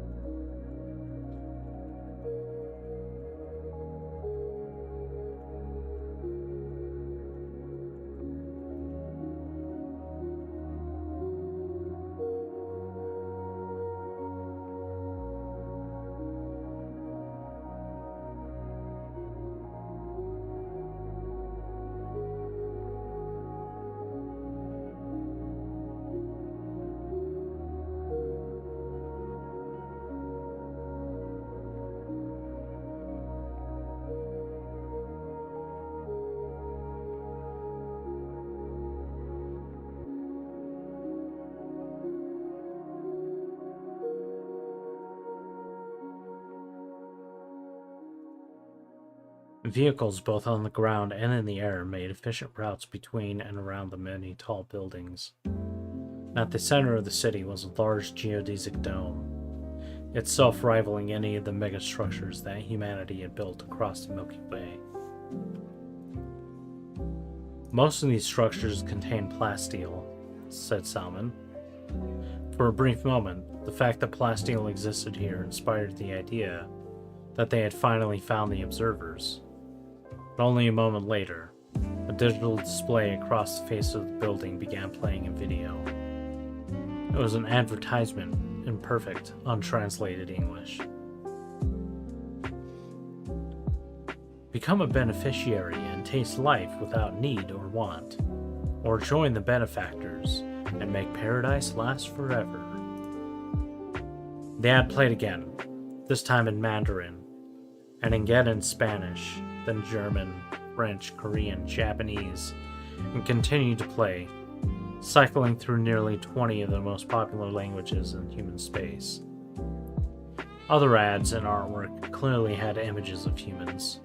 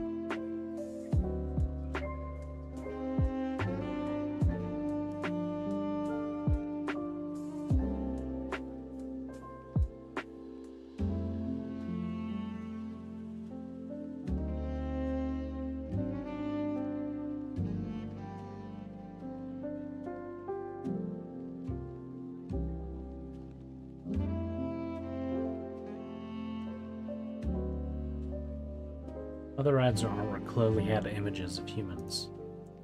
So, we jump to a random location, possibly outside of our known visible universe, and arrive at a planet already populated with modern humans? Salmon asked. Lumina, what is the probability of that? Lucy spoke to the ceiling with crossed arms. There is as yet insufficient data for a meaningful answer, was Lumina's response, receiving an annoyed chuckle and rolling eyes from Lucy. I think what she means to say is that I don't think there was anything random about this, Salmon said. Even if it is a perfect human utopia or whatever other bullshit is going on down there, I think our first priority is find it and return home. We could come back when we take care of our cargo. But until then, I'm not sure it's a good idea to poke our nose where it doesn't belong. They probably don't know we're here. I'd like to keep it that way.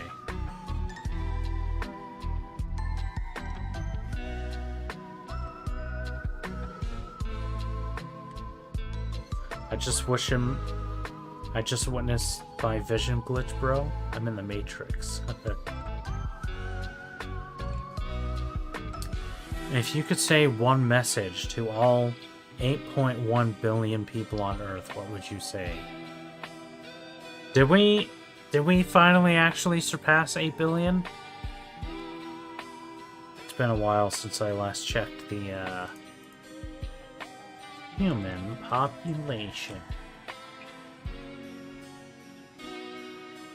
Oh, 2022.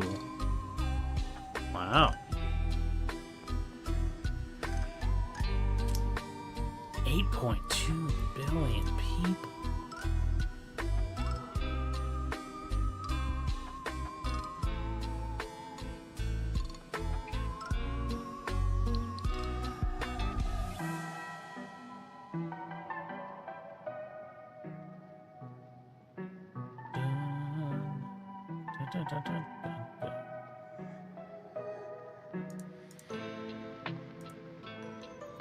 What would I say? I would say...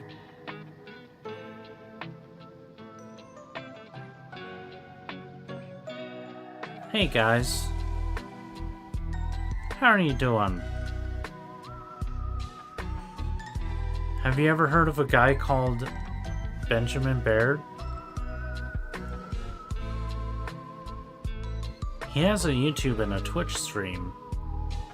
BennyKill709.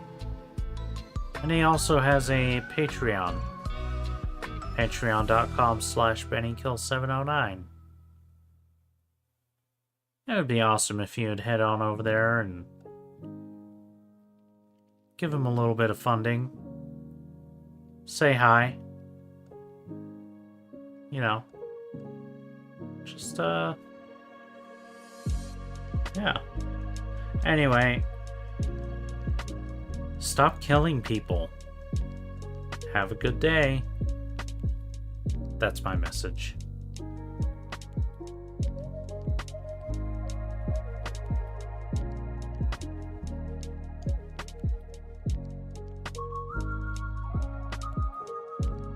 Do they not have the coordinates of where they are transporting cargo?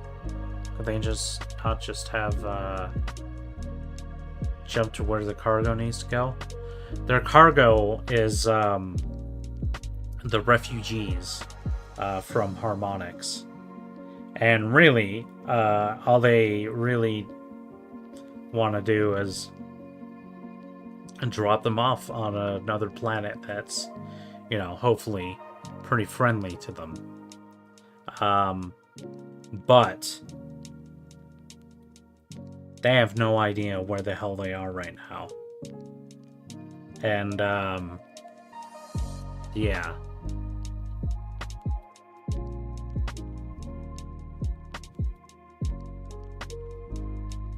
Are there satellites or other sensory equipment around the planet?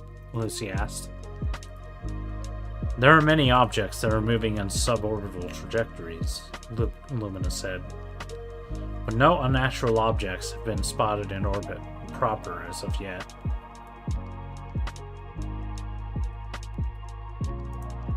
Alright, well, let's move around the planet. Get a look at the sky on the other side.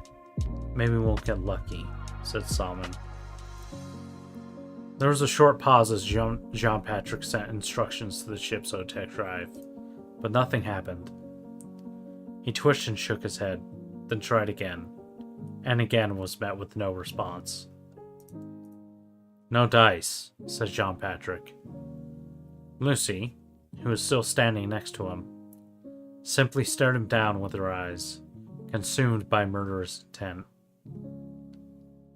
The OTEC drive isn't responding to input by either of us. What the fuck? Lucy said. What about doing a jump? Lucy was about to let Jean-Patrick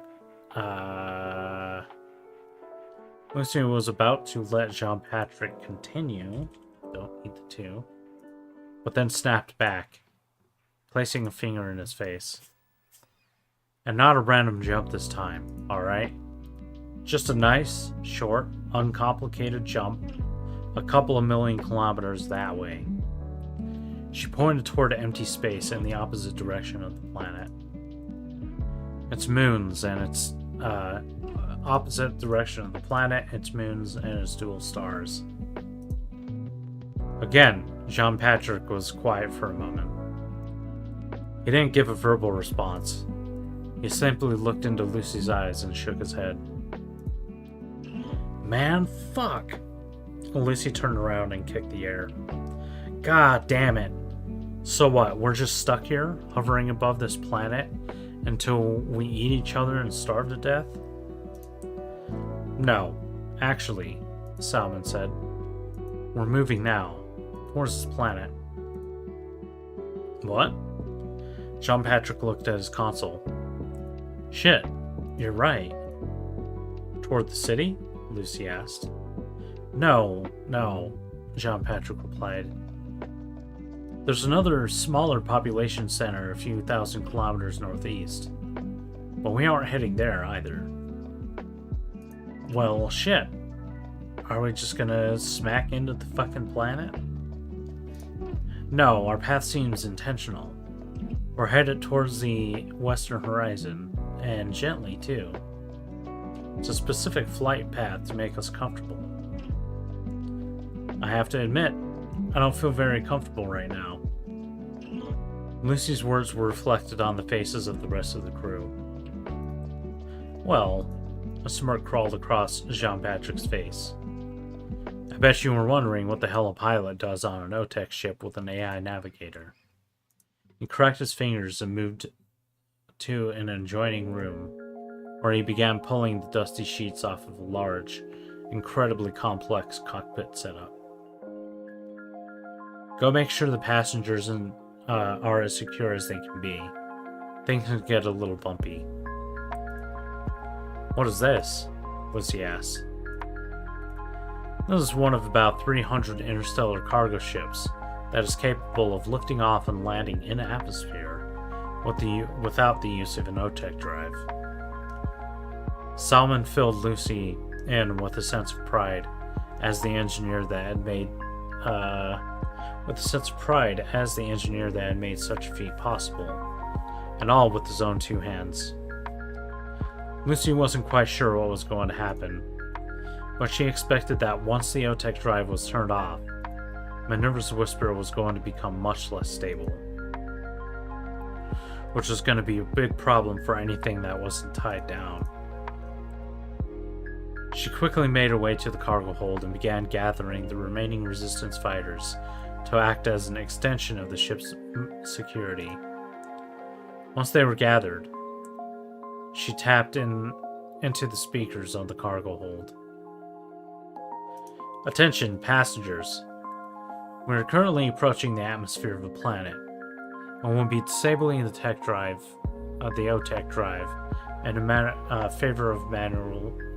in favor of manual piloting, Lucy said.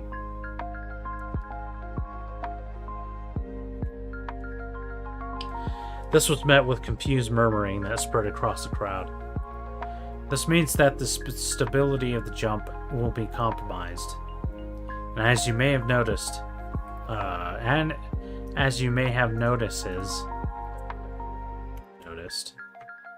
this is a cargo ship, and not a passenger ship. While there are some seats available, please prioritize the young and feeble to be buckled into them. As for the rest, do what you can to tie yourselves to the secured cargo. Use whatever straps, ropes, or clothing you can find to do so. We will do everything we can to make the ride as smooth as possible. The refugees immediately spread out and followed Lucy's directions, and the fighters did so as well, quickly moving to help the children, elderly, and injured among the group strap into the jump seats attached to the bulkheads.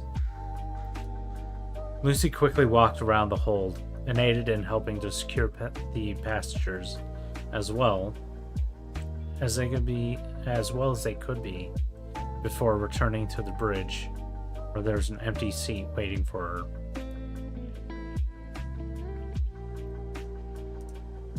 "Alright," John Patrick said, his voice echoing through the entire ship. "Extending control surfaces now." Minerva's whispers' smooth exterior was broken by ports opening on either side of the ship. Winglets extended from the openings and began to vibrate as they caught the air. Jean Patrick could feel the resistance through the joystick, but otherwise the ride was still as smooth as ever. Other ports opened on the exterior of the ship, revealing air intakes for jet engines and exhaust for chemical rockets and thrusters. Jean Patrick activated the engines and set their thrust to match their current airspeed as closely as he could. "Okay, prepare yourselves now," he said. "Disabling the OTEC drive in 3, 2, 1. The lights and displays throughout the ship flickered as power was switched from the OTEC drive to the onboard generators. At the same moment, there was a sharp drop, with Lucy forcefully pressed against the straps on her shoulders. Jean Patrick quickly adjusted, self-calibrating to the forces of aerial flight. "Fuck," Lucy shouted. The sentiment was shared among the crew, and Lucy imagined that the passengers who weren't in seats were also not particularly fond of the sudden, violent change in inertia and perceived gravity. But Jean Patrick and Lumina were effectively able to bring the ship to relatively stable flight in quick order. Sorry, Jean Patrick said. "We're going to lift back out of the atmosphere and place the ship in a shallow orbit for the time being. Please remain secured and we'll gradually move to microgravity."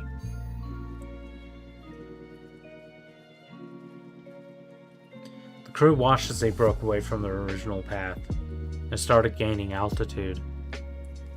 It was a few minutes before they were able to achieve stable orbit over the planet.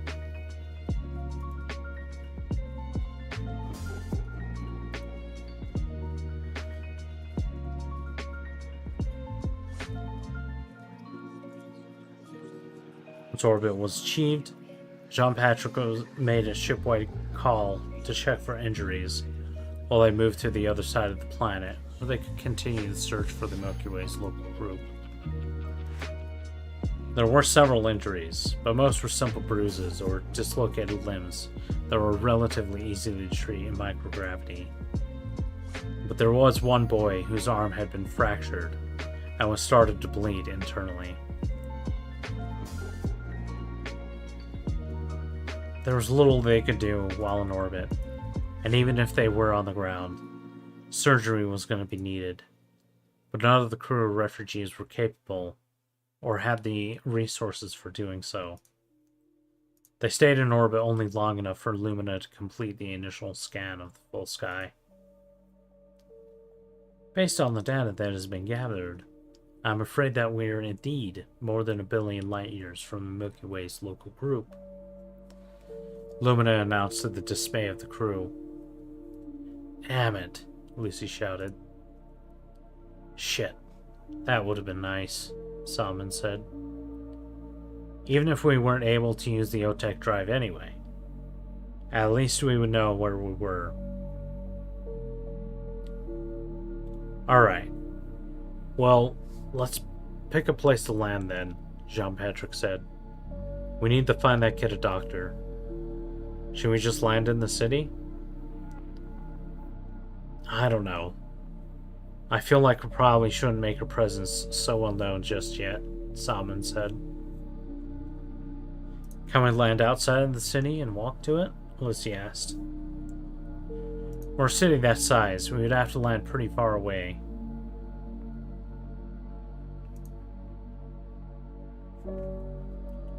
to not be seen.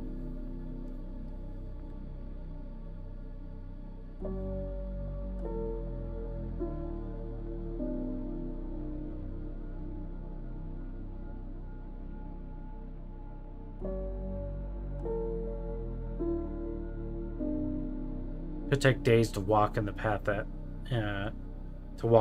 in that case. What about a smaller community we picked up earlier? Sean Patrick said. Yeah, we could try that, Salman responded. Then Lumina chimed in. The smaller settlement seems to have the same technology as the city, including plasteel structures, she said. But I have also spotted an even smaller agrarian community that is further removed and does not seem to contain plasteel or other modern tech. It also appears to have a medical center. I recommend prioritizing communication with this smaller village, if keeping a low profile is the goal. Realistically, how close can you get us to the village without being spotted? Lucy asked. It's pretty mountainous, John Patrick said. I think 10 kilometers is reasonably safe. Probably about a 3 to 4 hour hike. You think the kid can walk that far? Salman asked. I think so. And if not, I can always carry him. Lucy felt pretty confident in the plan. But while she did tend to settle into a leadership role in tense situations, she firmly believed in planning and working as a team. Alright, any objections or alternative ideas? She eyed each of the crew. None of them disagreed. Okay, take us down. Alright, folks. Let's get ourselves secured again. Jean Patrick announced to the whole ship. It'll still be bumpy, but we shouldn't be nearly as bad as last time. It'll be a few minutes before we re-enter the atmosphere. Lucy returned to the cargo bay to check on the passengers, and, particularly, on the injured boy. Miguel was his name. He was 11 Earth years old, and son of Manuel, the resistance fighter that hired Minerva's Whisperer. Lucy had a few conversations with him. She respected him, even saw a lot of herself in him, having come from a strikingly similar background. Lucy had pegged Manuel as a lady killer, like most of the resistance fighters she had been with before. At least until he met Rosalinda, his wife and mother to their child, Miguel. From the first moment she had seen Manuel and Rosa look at each other, Lucy could tell the two were perfect for each other. They were in the kind of love that Lucy had only ever read in romance novels and children's stories. There was no way he would be able to break her heart, unless, of course, he died on the battlefield and didn't come back to her. Rosalinda was indeed heartbroken, as seen on the deeply hurt expression on her face. But at that current moment, her focus was entirely on her son. Lucy and Rosalinda worked to make sure Miguel's arm was tourniqueted in a sling, and the boy to make sure Miguel's arms was tourniqueted in a sling, and that he was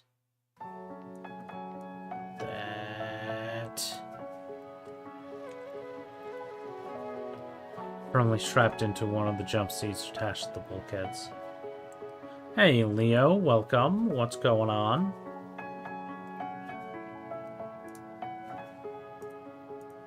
Yeah, this one is actually a book that I have finished writing.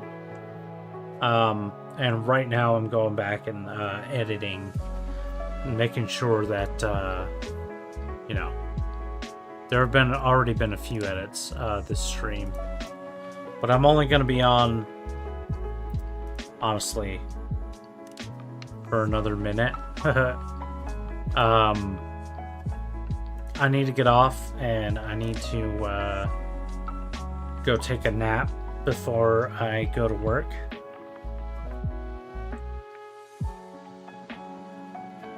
But I will be continuing tomorrow. Thank you, I appreciate it. I got a little distracted at the beginning, I'll admit. But, yeah. Thanks, Leo. And thank you, Poyo, for stopping by and staying up late. Even though you really shouldn't. Got school tomorrow, you should really do that. But also Batman, if you're still lingering around, thank you. I am yawning.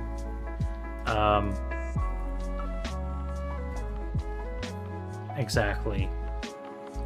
So I need to go take a nap. But yeah, if you're on YouTube, make sure to like and subscribe. And check out patreon.com/BennyKill709. That's me. I'm BennyKill709. And it would be great if you could support me on Patreon. And until tomorrow, thank you again for watching. And I hope you have a good rest of your time zone.